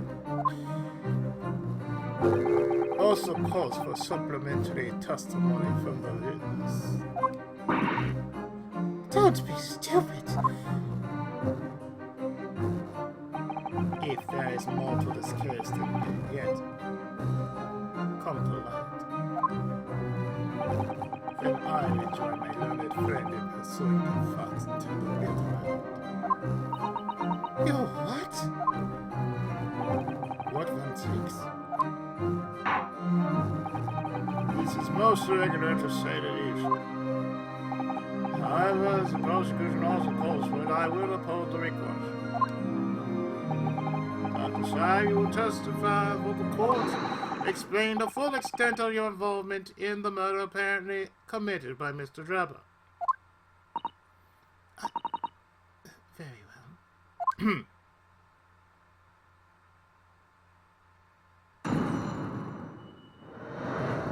The waxwork plot. It all began at the scene when I saw the waxwork at the mountain tucked inside the jacket. The actual body of the victim is indicated in the notes and instructions with the experimentation stage. The body had to be arranged in certain ways to implicate the defendant, which was my job. I enlisted the help of address the scene appropriately. The truth about the execution 10 years ago is a state secret of the highest level. I had to protect it.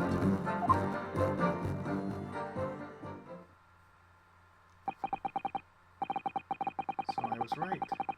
The stage and the machine were all specifically designed for the deception. So it seems, in all meticulously prepared, you did well to see through it. You're very straight, boy. So kind of you to say. And what about this autopsy report then? All I did was record the location of the body as being in the Crystal Tower instead of under the stage. That's all. That's a terrible corruption. Only my team were aware of the deceit, and then only under my explicit instructions. Nobody has a scruple on anything about it to my shooting. You must be thankful for small mercies, I suppose. Yeah, I knew everyone.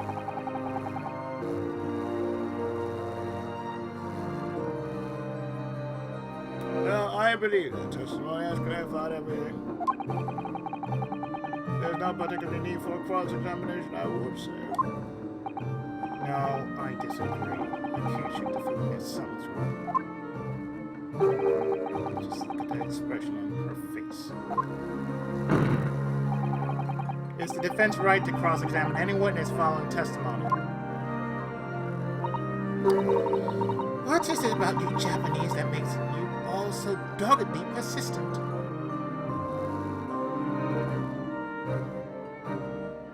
I don't know, that sounds kind of racist, don't you think?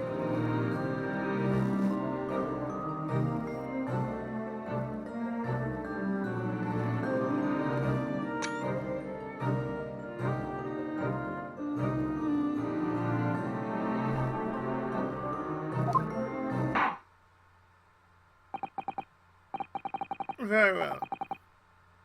If you so desire, counsel, proceed with the cross-examination. Yes, my lord.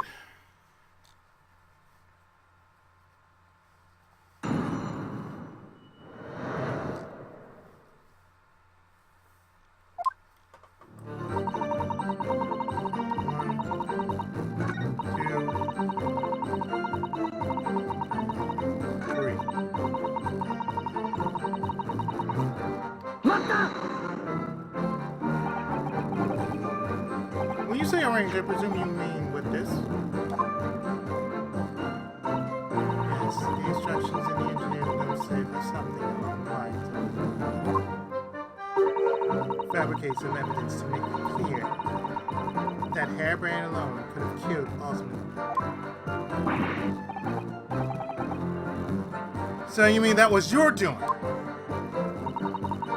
I fetched Hairbrain's ridiculous screwdriver from the stage and took it with me, alone, to the abyss under the stage where the bird cage had fallen. No problem.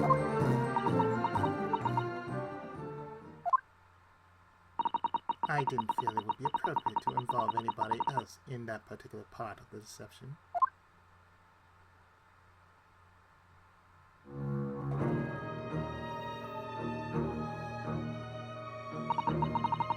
There was a void under the stage where I found the birdcage lying in the dirt.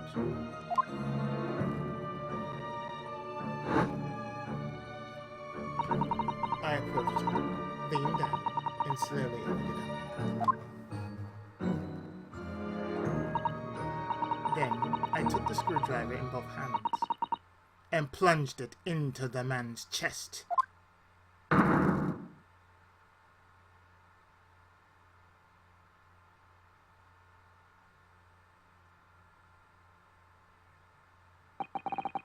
And then you noted in your fake autopsy report as a fictitious cause of death.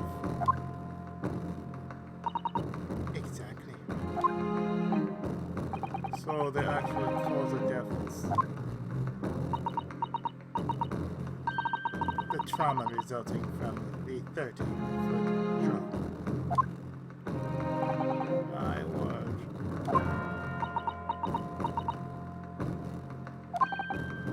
is it, Susato? Something about Dr. Syme's last statement. He's playing on my mind, that's all. Yes. Mine too. Dr. Syme! There's really no need to shout. I can hear you perfectly well. The defense calls for you to add what you just said to your formal testimony. Which part? I want her to supplement her testimony with this. What she did to the victim. How you stabbed Mr. Osmond in the chest. That part. Fine, if that's what you want. But there's really no need to point. The prosecution concurs.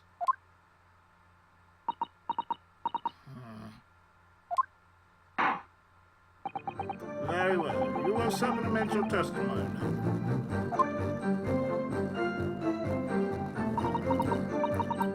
If you wish, madam.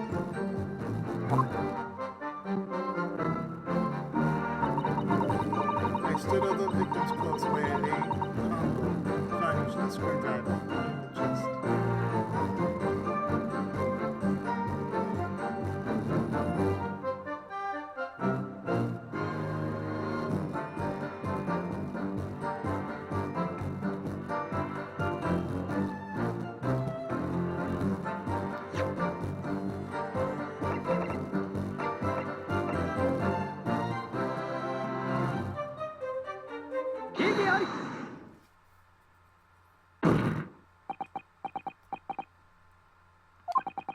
I've got a nasty feeling that this inconsistency points to extremely uncomfortable truth.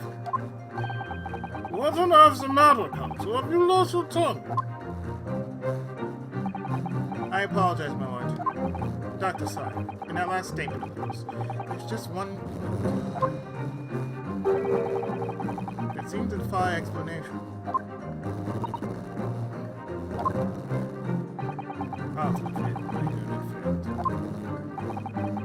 There's an obvious inconsistency between your description and this photograph,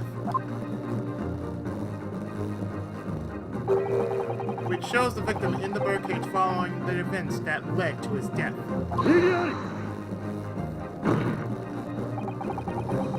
The court has already examined that photograph in depth. There's nothing new we can learn from it. Yes, we've already considered it, that's true. But we know the facts to be different. What do you mean? I believe we should let the defense explain. And this photograph will see the alleged inconsistency with the witness statement.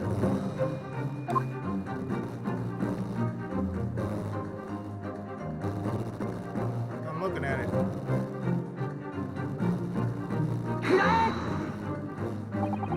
Look closely at the bloodstain on the victim's chest.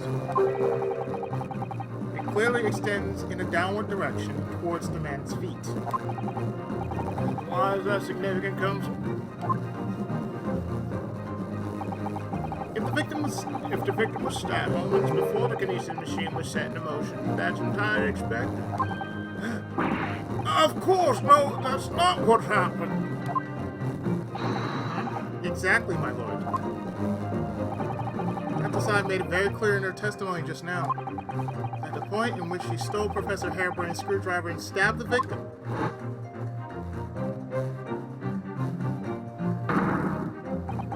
was after the grand deception was set in motion, when the birdcage had fallen below the stage out of sight. From the shape of it, it's clearly that the birdcage would have fallen on the side after the 30-foot drop. And if the victim had really been stabbed whilst inside the birdcage in that position,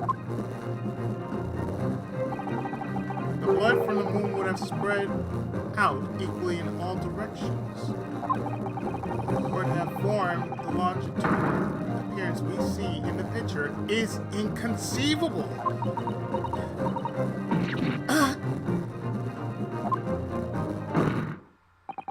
Given that the victim's blood seeped vertically downwards from the wound, it must be the case when you stabbed Mr. Osmond. He was standing up. In short, Dr. Sy, your latest testimony was a total fabrication.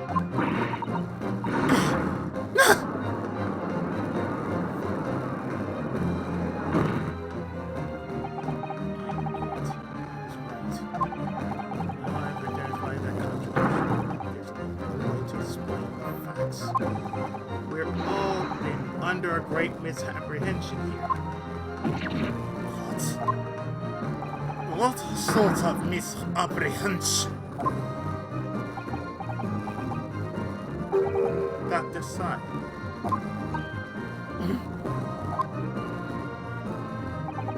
You claim you were coerced into helping Mr. Trevor as a result of the note he left in the last work. You claim that you made changes to the scene of the crime to implicate the defendant. And you claim that you authored a fake autopsy report to cover your tracks. But one of those claims is an out-and-out lie. Because the question of what the bloodstain really tells us has only one possible answer. If that is the case, what is it, man? So you clearly struck upon revelation. And tell the court what it is. Which part of Dr. Sy's story is shown to be a lie by the contradiction in her testimony? Stabbing. The answer is very simple if you consider the sequence of events. If, when the victim was stabbed, blood from the wound seeped downwards as it did, we can be sure that the victim must have been either sitting or standing upright at the time. As you rightly pointed out, the blood cage would have fallen on its side when it fell beneath the sketch. Yes, it would, which tells us the victim must have been in that position of his own accord. That's impossible. The man was dead, remember? No, that is the misapprehension.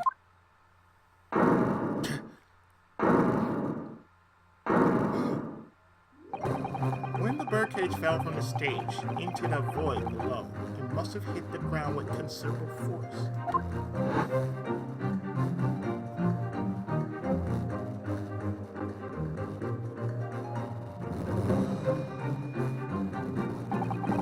But Mr. Osmond didn't die in the fall.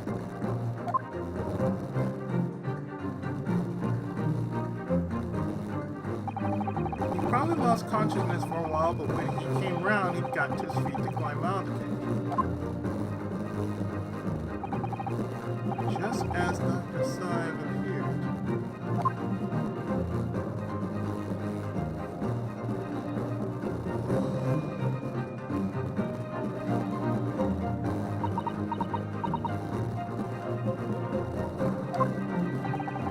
If the victim was in fact alive at that point in time, it changes everything.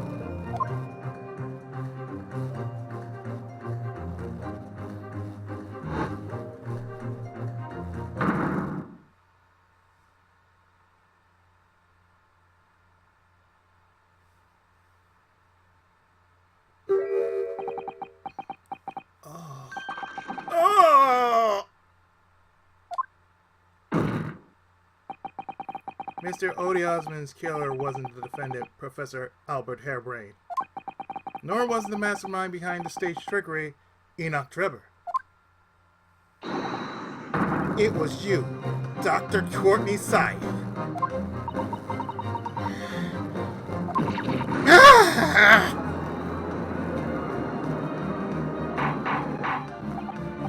Order! Order! Order! Can this possibly be true? Have you been taking me for a fool?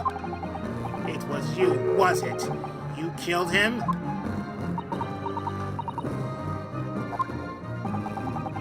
You hope that by admitting to being an accomplice in Mr. Trevor's scheme, the trial would end. Before you were accused of a far worse crime. Cold-blooded murder. Oh, do shut up! You're so desperate now, you're making all of this up, as if I would do something like that. I assure you, the defense is not desperate, Doctor. Naruhodo has established the facts using evidence and logic alone. Logic. Don't make me laugh. Sadly, logic has a gaping hole in it. What? What do you mean? I thought it was obvious. A motive, boy. You're lacking motive. What possible reason would I have to kill Mr. Osmond? Osmond was involved in any number of criminal activities from coercion to theft and lying. There's no known connection to Dr. Simon.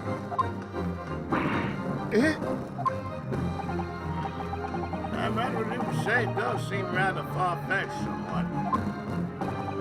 True, there's no obvious motive. There's still something in the back of my mind. I feel sure I've seen something somewhere that hints at why the coroner might have done this. Yes, I might have tampered with the crime scene and concocted a victim. But murdering someone for no reason is a very different story.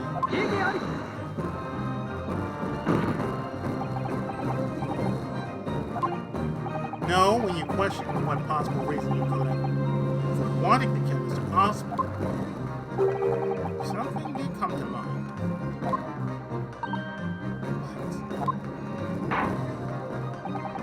What was it, Counsel? The night in the court of wonders.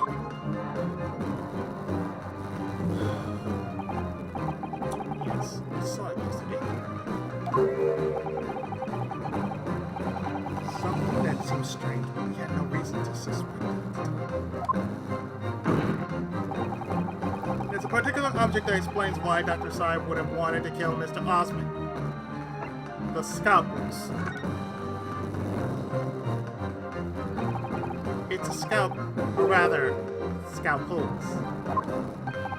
Did you say scalpels?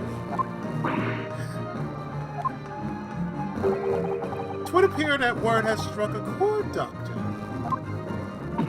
Ew. Come on, out with it.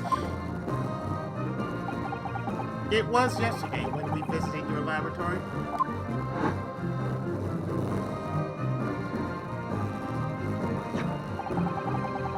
This big book here. It appears to be in a copy ledger. Record of defense spending, I think.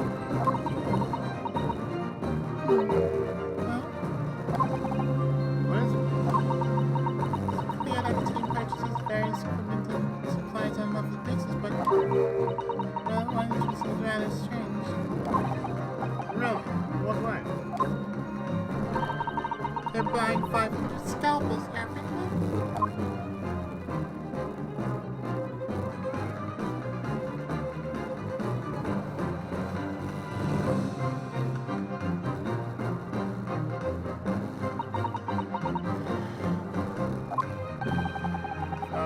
Scalpels a month? At first, I wonder what on earth you could be using that many scalpels for. But actually, I realize now it's not the scalpels themselves that are significant. It's the money for them disappearing every month from the department's accounts. Osmond's criminal organization that heavily extortion for its funding. Tracing the money from the fees account to find out where it was going. Would be extremely straightforward.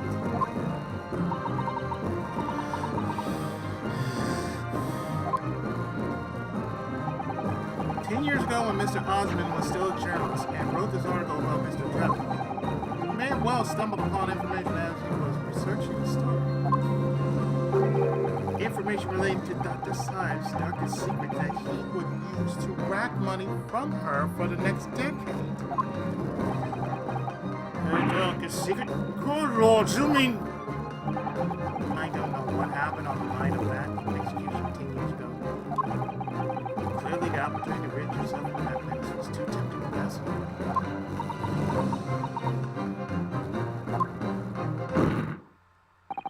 So in the end, you weren't coerced at all, were you? You did it entirely of your own free will. You stabbed Mr. Osmond in the heart with all your might. To silence the blackmailer who knew your dark secret forever.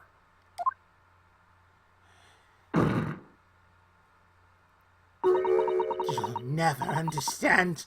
None of you. What we've had to keep covered all these long years.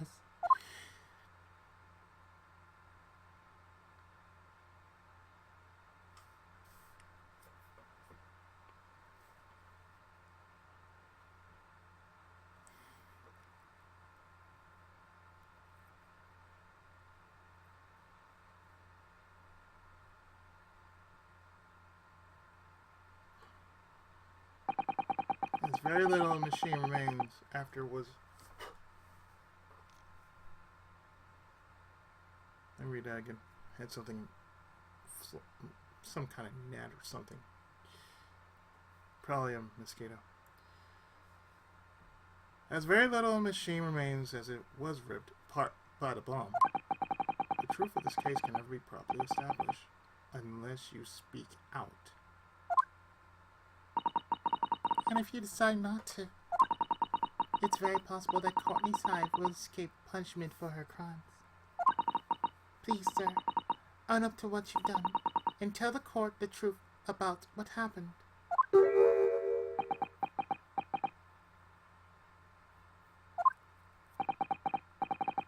"10 years ago, you told the truth, and you were robbed of a bright and successful future as a result. I can certainly understand your bitterness and your consternation now. However, this is surely the chance you've been waiting for, to sever the hold that fate had over you all these years.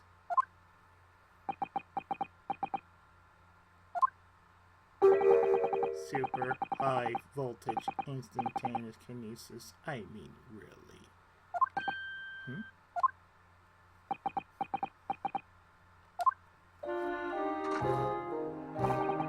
It's the adult brain mock scientists that are the worst, you know. They don't recognize the fact that they don't have talent. They can't even get that right.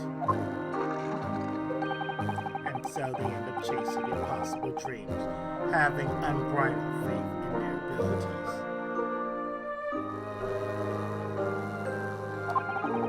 They go on and on about their wonderful hypotheses, their stupid eyes shining like little giants. They make me sick. I can't abide their foolishness. Careful, Mr. Drebber.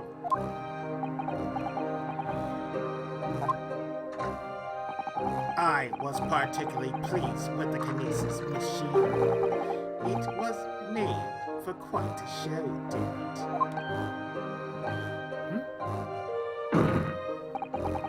So you admit it? You admit that it was nothing more than a sham made for the purpose of killing the victim? Yes, I admit it. I did it all in the name of revenge.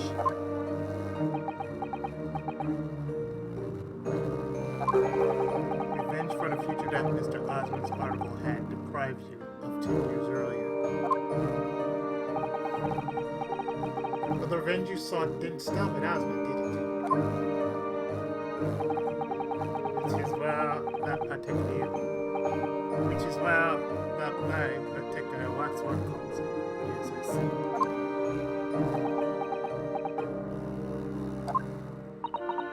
The condemned convict that you saw rising from the grave in Newgate Cemetery 10 years ago. If your account of those events was all true.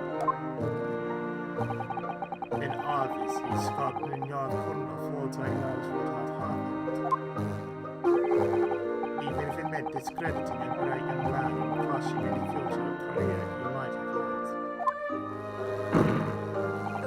had. So your plan required that you abduct that particular waxwork man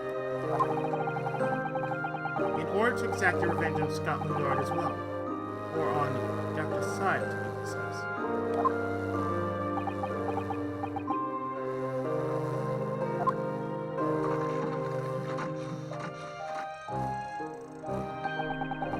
It was a year ago.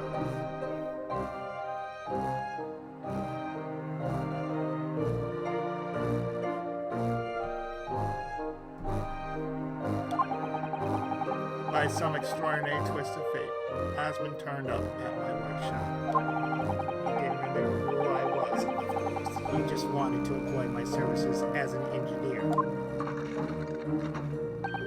And he happened to have a paper with him. An article on the front page caught my eye. About the coroner who handled the bogus autopsy, being appointed head of a new forensic team. When I learned that news, my cognitive processes started to devise the plan.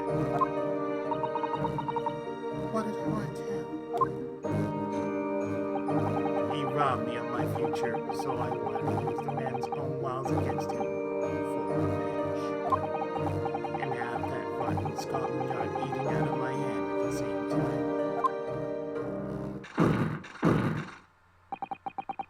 I wanted them all to suffer the same humiliation I had to suffer.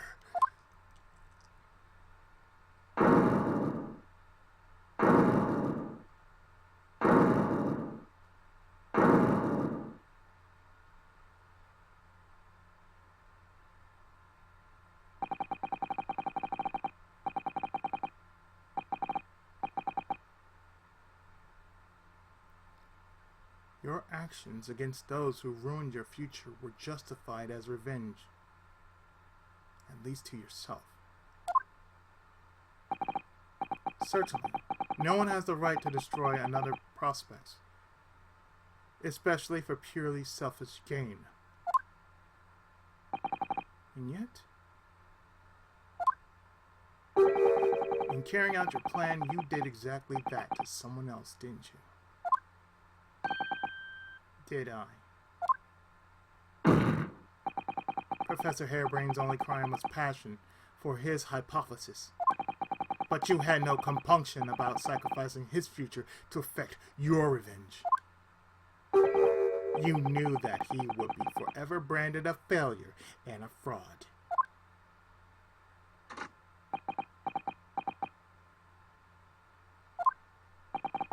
Perhaps life treated you unfairly. 10 years ago. And others' misconduct left your lie in tatters. But remember this. Your own actions resulted in exactly the same thing for another perfectly innocent young man.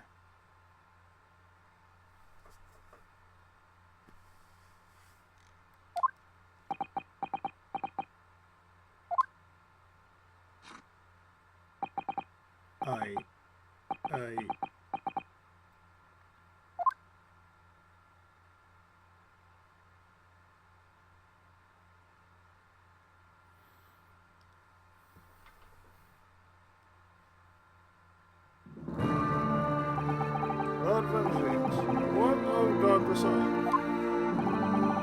Immediate love has been granted and she has been landed in custody, my lord.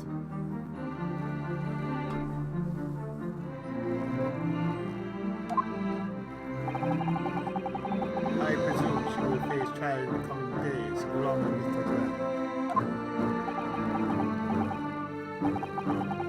That's regretting situation.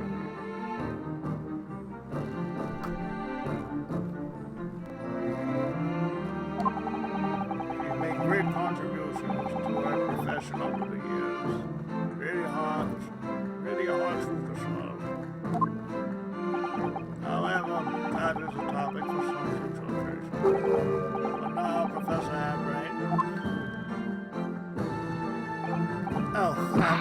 Yes? Seems there was a great deal more to the experiment than you realize. However, I think we can assume that now all that sort of details have been brought to light. This has been a very long and profound trial, but I am pleased to say you are absolved of all guilt.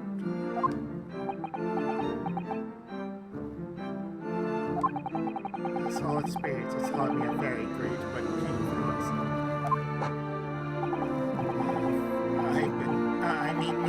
This dedicated scientist, this devotee of natural philosophy. I've been selfish and self-centered. Above all, a fool. Professor,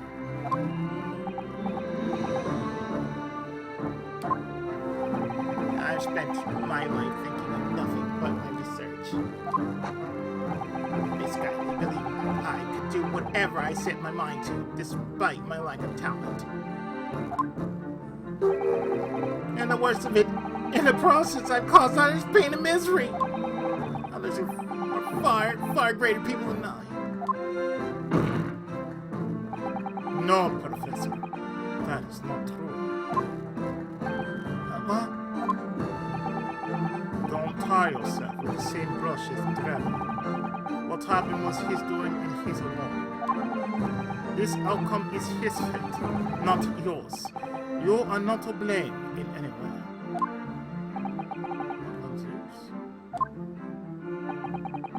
And the donation, which he referred to you earlier, calling you a fool, thoughtless even.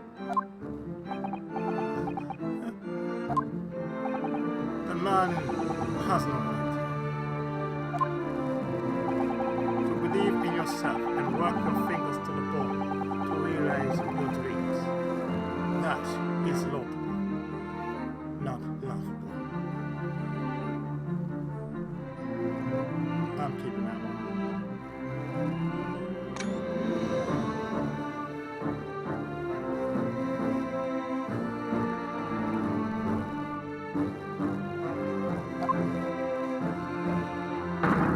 No one has the right to deny another for such choices.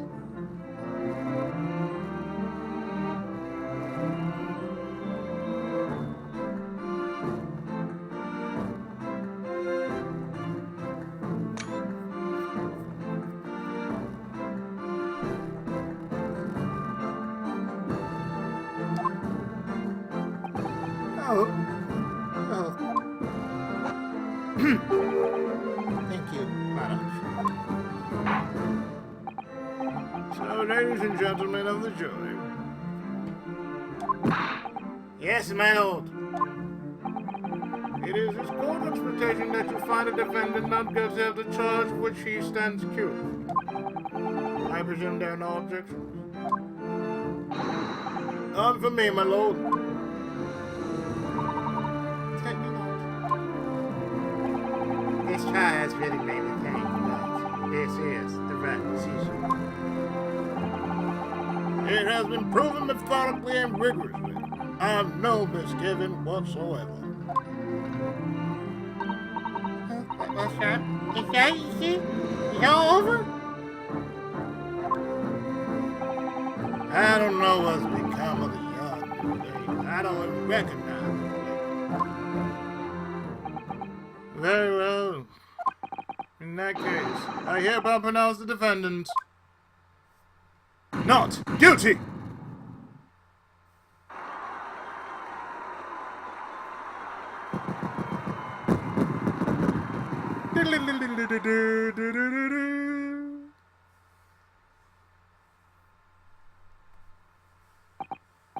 Court adjourned.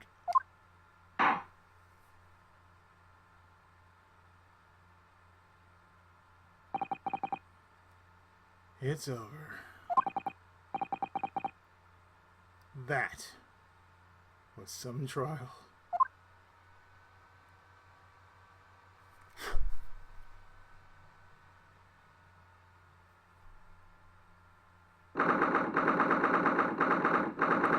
(4:33 p.m.)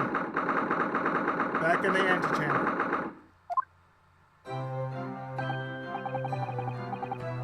professor. What a splendid outcome, isn't it?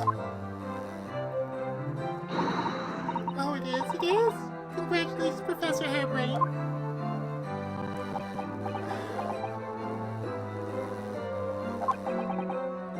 Mr. Narrow. Mrs. Sato. I am truly beside myself with gratitude. How can I ever thank you enough? I'm just glad it's been cleared up. That you realize you were just caught up in a bad situation. Right now, you know, if I had a research grant money, I'd give the whole lot to you, every penny. Well, that's very kind, but I'm just a student, so we don't need any financial help. Your quiz is more than enough. Oh dear, what can I do? Aha!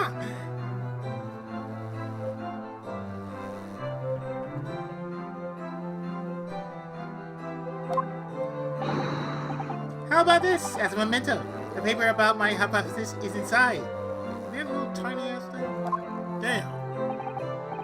Well, just as a memento then. Thank you.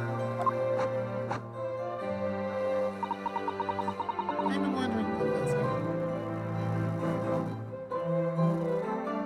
That's right, that reminds me of that.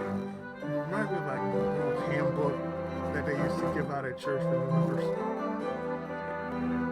Gave out these tiny ass books. I'm like, how the hell are you supposed to read that? I'm glad when I joined, they never gave me such a thing as that when I was a kid. What are you going to do now? Yes. What am I going to do? My hypothesis is my great machine line. But still, it's been too long since I was last in London, so perhaps I'll enjoy some sightseeing. I must afford a great exhibition whilst I'm here too, and see if new inspiration hits me. I'll slap you on the ass, alright? Oh yes, that's a wonderful idea. I can't allow that.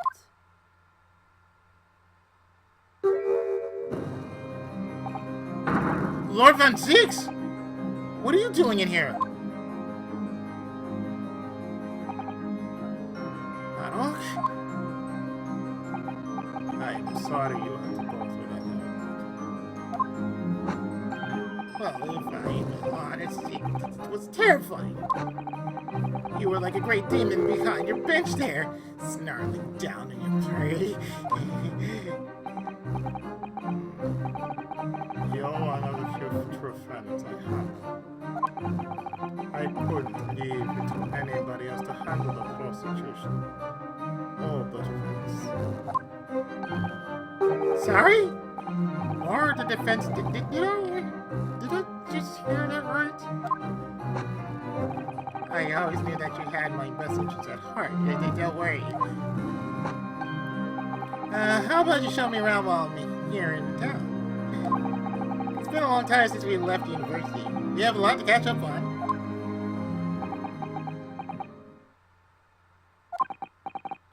Listen, Outlet. In a few days, your acquittal will be made official. When that happens, you must head straight to Dover. I'll accompany you. What? From there, you'll cross the channel and make your way back to Germany. I've already purchased the tickets. But no! Hold on a minute, Battle! What about the exhibition? This is a chance of a lifetime for me, and I want to... No sightseeing, Albert. Give up on the idea. Sometimes it's hard to see anymore from those eyes, Battle. Lord Van Jakes. What's all this about? Necessary precaution. Yes, I think I understand. You do?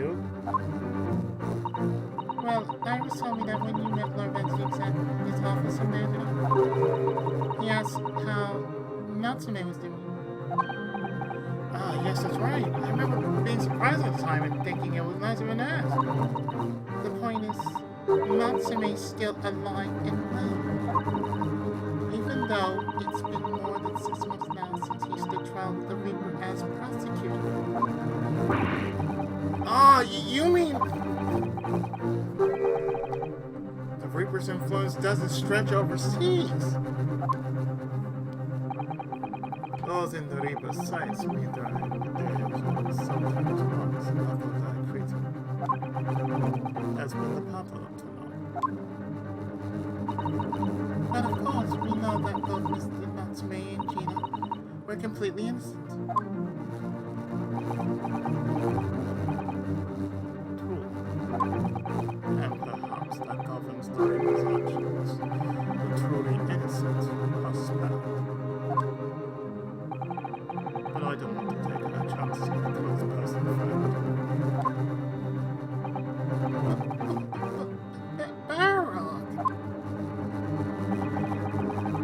Like the moustache Nipponies, this man should leave the country without delay. That's why I'm packing him off to Germany at once. Right. Did your French-shaped package get any seconds? Goodness, was this your intention all along then, Lord Von Zeeks?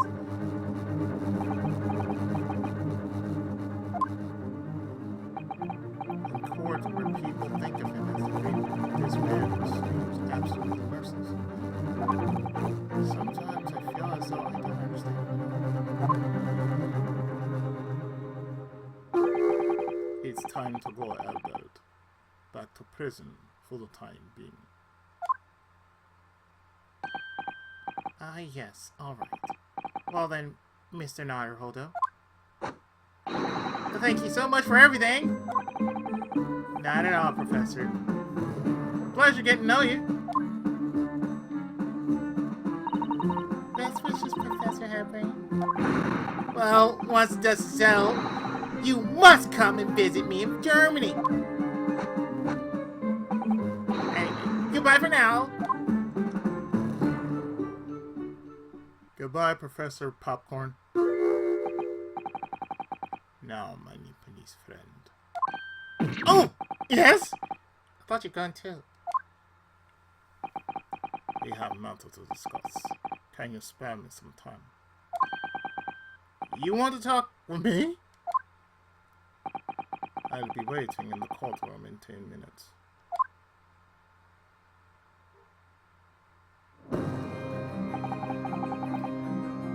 Oh, that was strange.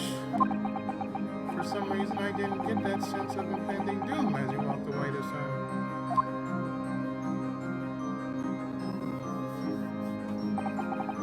The enigma, there, Beryl Flores. What does he want to discuss? The answer waits in the courtroom, I suppose. Here goes then.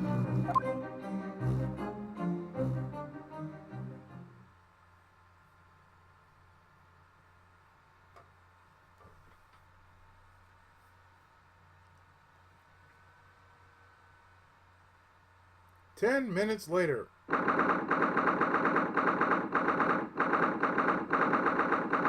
In the courtroom.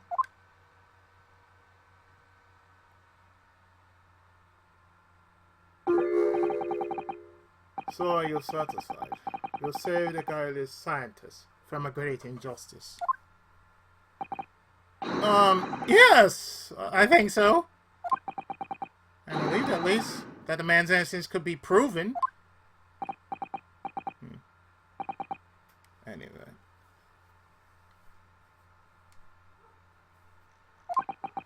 I imagine you've been wondering where my animosity towards you Nipponese come from.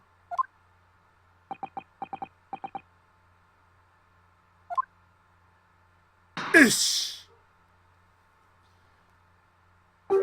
Well, at first I thought you just didn't like me. I imagine you saw me as a pretentious child from an unimportant land who had no business being here. But now I think differently.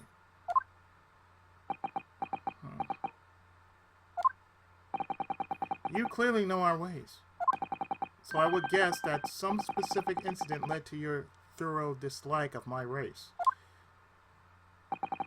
Will you tell me what happened, please? The professor. I thought I'd never hear that name in this courtroom again, to be honest. He took your brother's life. Clint. My brother was Clint Von Six. 16 years ago, when I was still just in my teens. He was already director of prosecutions and a key member of the judiciary. I looked up to him. He was everything I expected.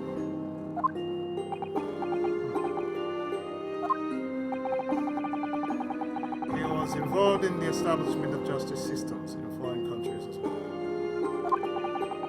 There were exchange programs between Britain and other nations to share knowledge and ideas. As part of one of these programs, great judicial students came to Britain from Europe and the Empire of Japan. If it was 16 years ago, then one of them could have been my father. Of course. I remember Dr. Nickel Torba as well. I have no idea. I was a minor at the time, training at the prosecutor's office. One day, Clint introduced me to three visiting Nipponese. So you actually met my father? He and his colleagues were polite and amicable. They were adept at their work and exacting in their standards. It was my first encounter with the Nipponese spirit, and it made a very great impression upon me. But 6 years later, that's when it happened. The investigation was going nowhere. There were no suspects. Just an ever-growing list of victims. And in the end, my brother became the last fact before the case was finally resolved. I'm so sorry, Life Clint was always ready to put his life on the line for justice anyway. So he wouldn't have wanted any other way. He lost his life to the killer, but it was his victory in the end. For me personally, it was a grace. I found myself in a very dark place indeed.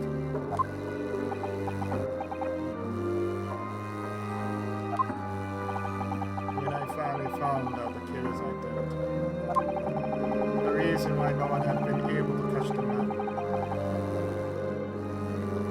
sooner ceased to be such a mystery. He'd been hiding in plain sight all the time.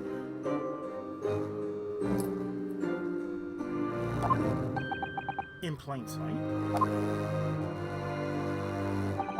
Are you aware of political events 2 years ago? It was a period of extremely sensitive diplomacy between the British and Japanese empires. A treaty was being forged, I think. Correct. The Anglo-Japanese Treaty of Friendship and Navigation was being concluded. The leaders of both countries were deep in extensive political discussions.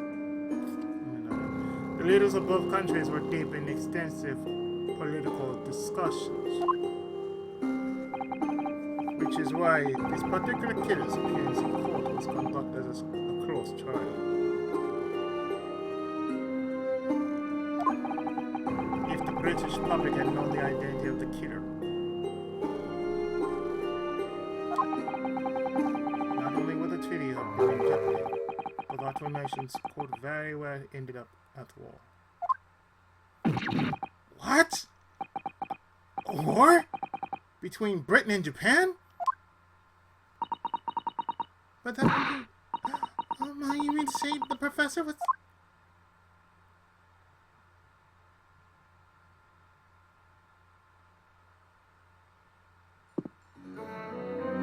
今日審理が終わった。った時、時が来た。そう思った。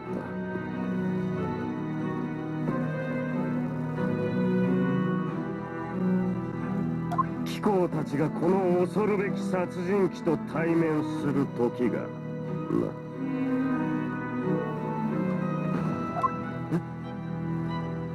あの老人形の館の女主人から仮面の鍵を借り受けた。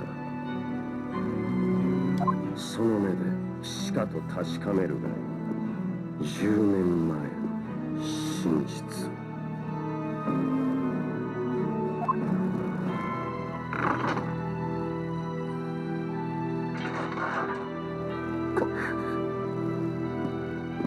これがプロフェッサーの正体。その通り。今まで考えたこともありませんでした。英国犯罪史上最悪の事件、その殺人鬼の正体が。Damn. 日本人だったなんて。Well, that explains why it didn't.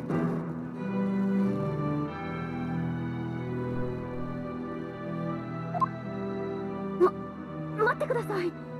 この面影、どこかで見たことがある。そんな気がいたします。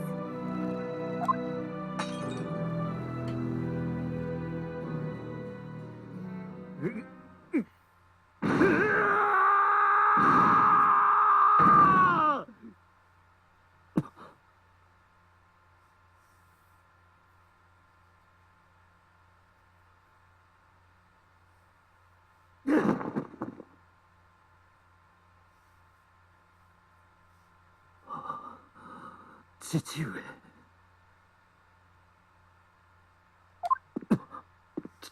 父上。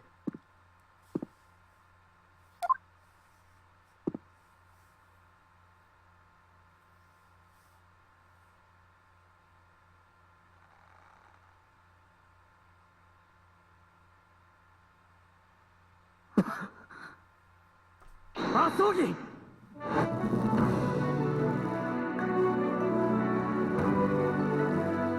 僕の親友、麻生木一馬。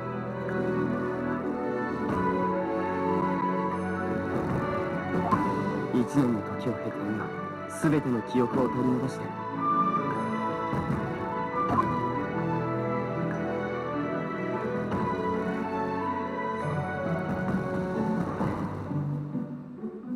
目の前に立っていた。Looking like he came straight out of Sockwood Tyson.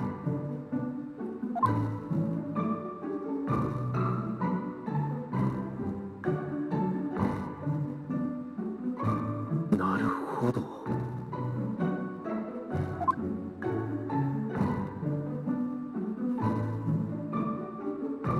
久しぶりだな。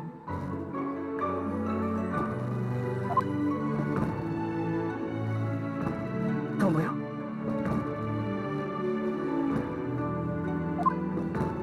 カズマ様。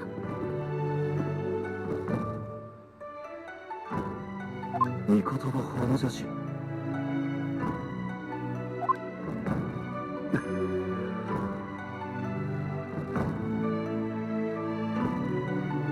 長い間ご苦労だった。礼を言う。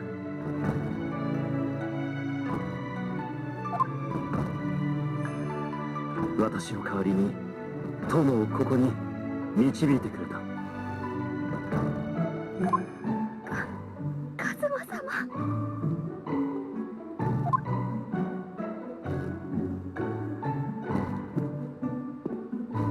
やっぱり生きていたんだな、麻生木。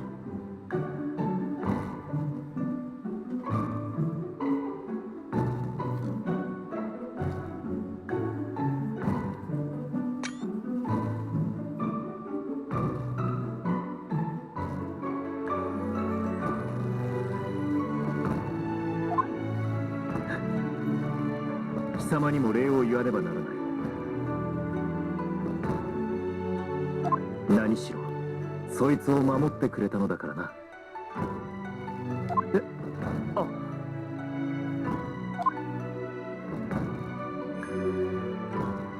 麻生木の家に代々伝わる名刀カルマ。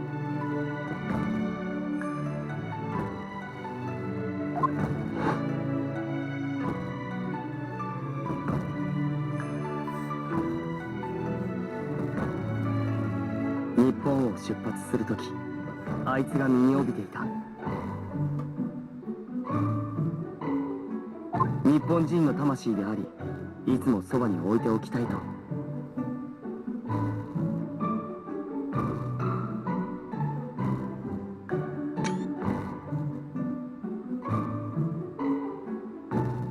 Well, that explains why I carry a katana with me.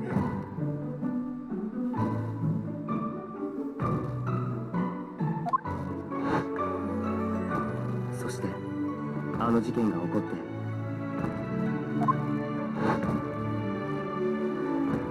僕は千里さんからこの刀を託されたんだ。お前が残した思いとともに。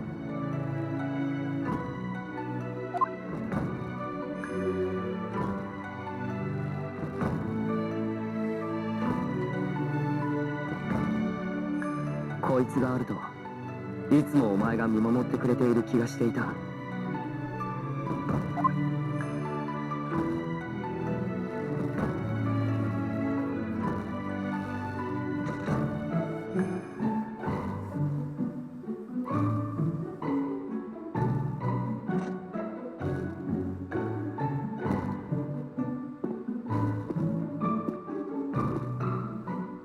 やっとたどり着きました、父上。父上、まさかお前知っていたのか。その面影だけど、とても信じられない。殺人鬼の正体が麻生木一馬の父だったなんて。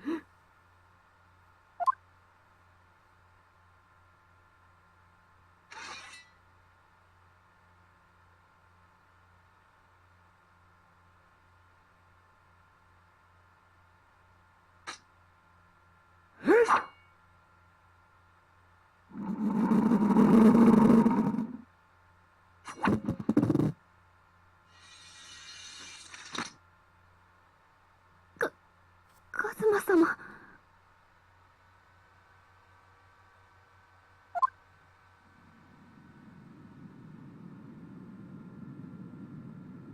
なるほど。貴様と積もる話はあるが、今はその時ではない。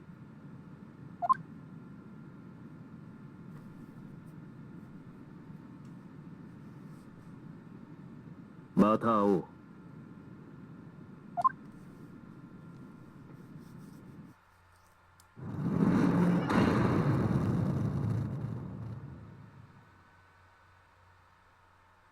麻生木一馬は僕たちを残して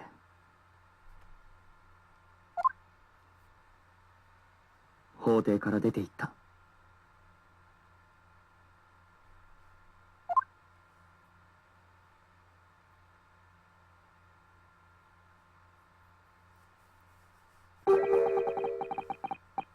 So he's the living afterimage of the man who took my brother's life, is he? Yes, Hazuki, Cosma, my best friend. 3 months ago, along with Lord Strongheart into Rosas. I had an inkling there was some connection. Why did Lord Strongheart do that? Why did he make Cosma Lord Langzig's apprentice? And we were suffering amnesia too. The man was apprehended, even executed. But his legacy just won't die. That's the sad truth. Anyway, that's all I have to say. I thank you for meeting with me as I asked.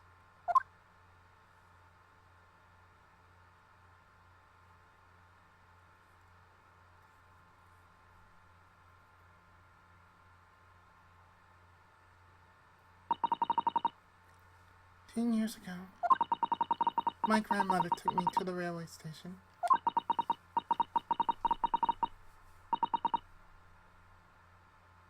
We were there to meet my father from the train. For me, it was the first time I ever seen him.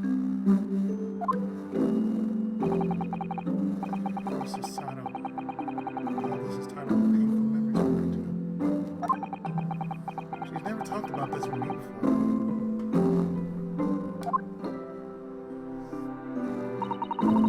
It took time to adjust to having father around. But just when I was starting to get used to it, he called me into his study one day.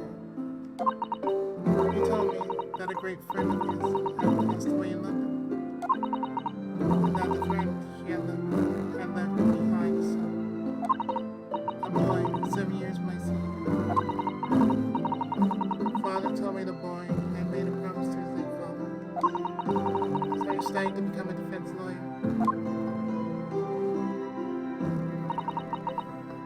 I wanted to help, so I studied to become a qualified judicial assistant. As I'm sure you worked out. That young man's name was Asogi Kazuma. So you see, that's how he and I met.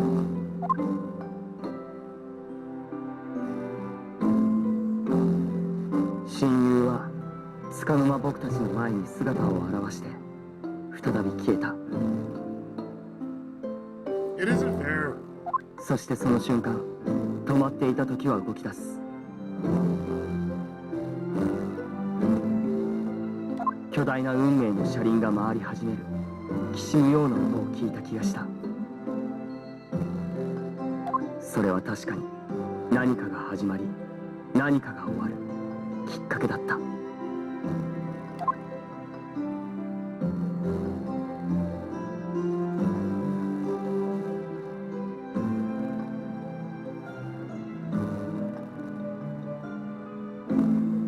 And that's the end of chapter 3.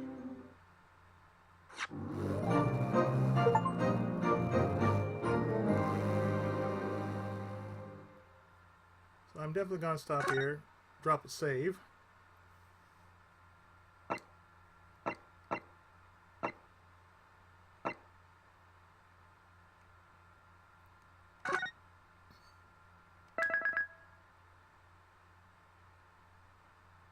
And next time we will deal with the start of chapter 4,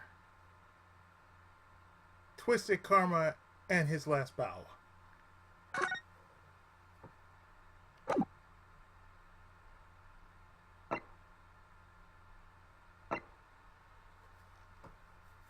So next time we shall start with the investigation of episode 4. So stay tuned, more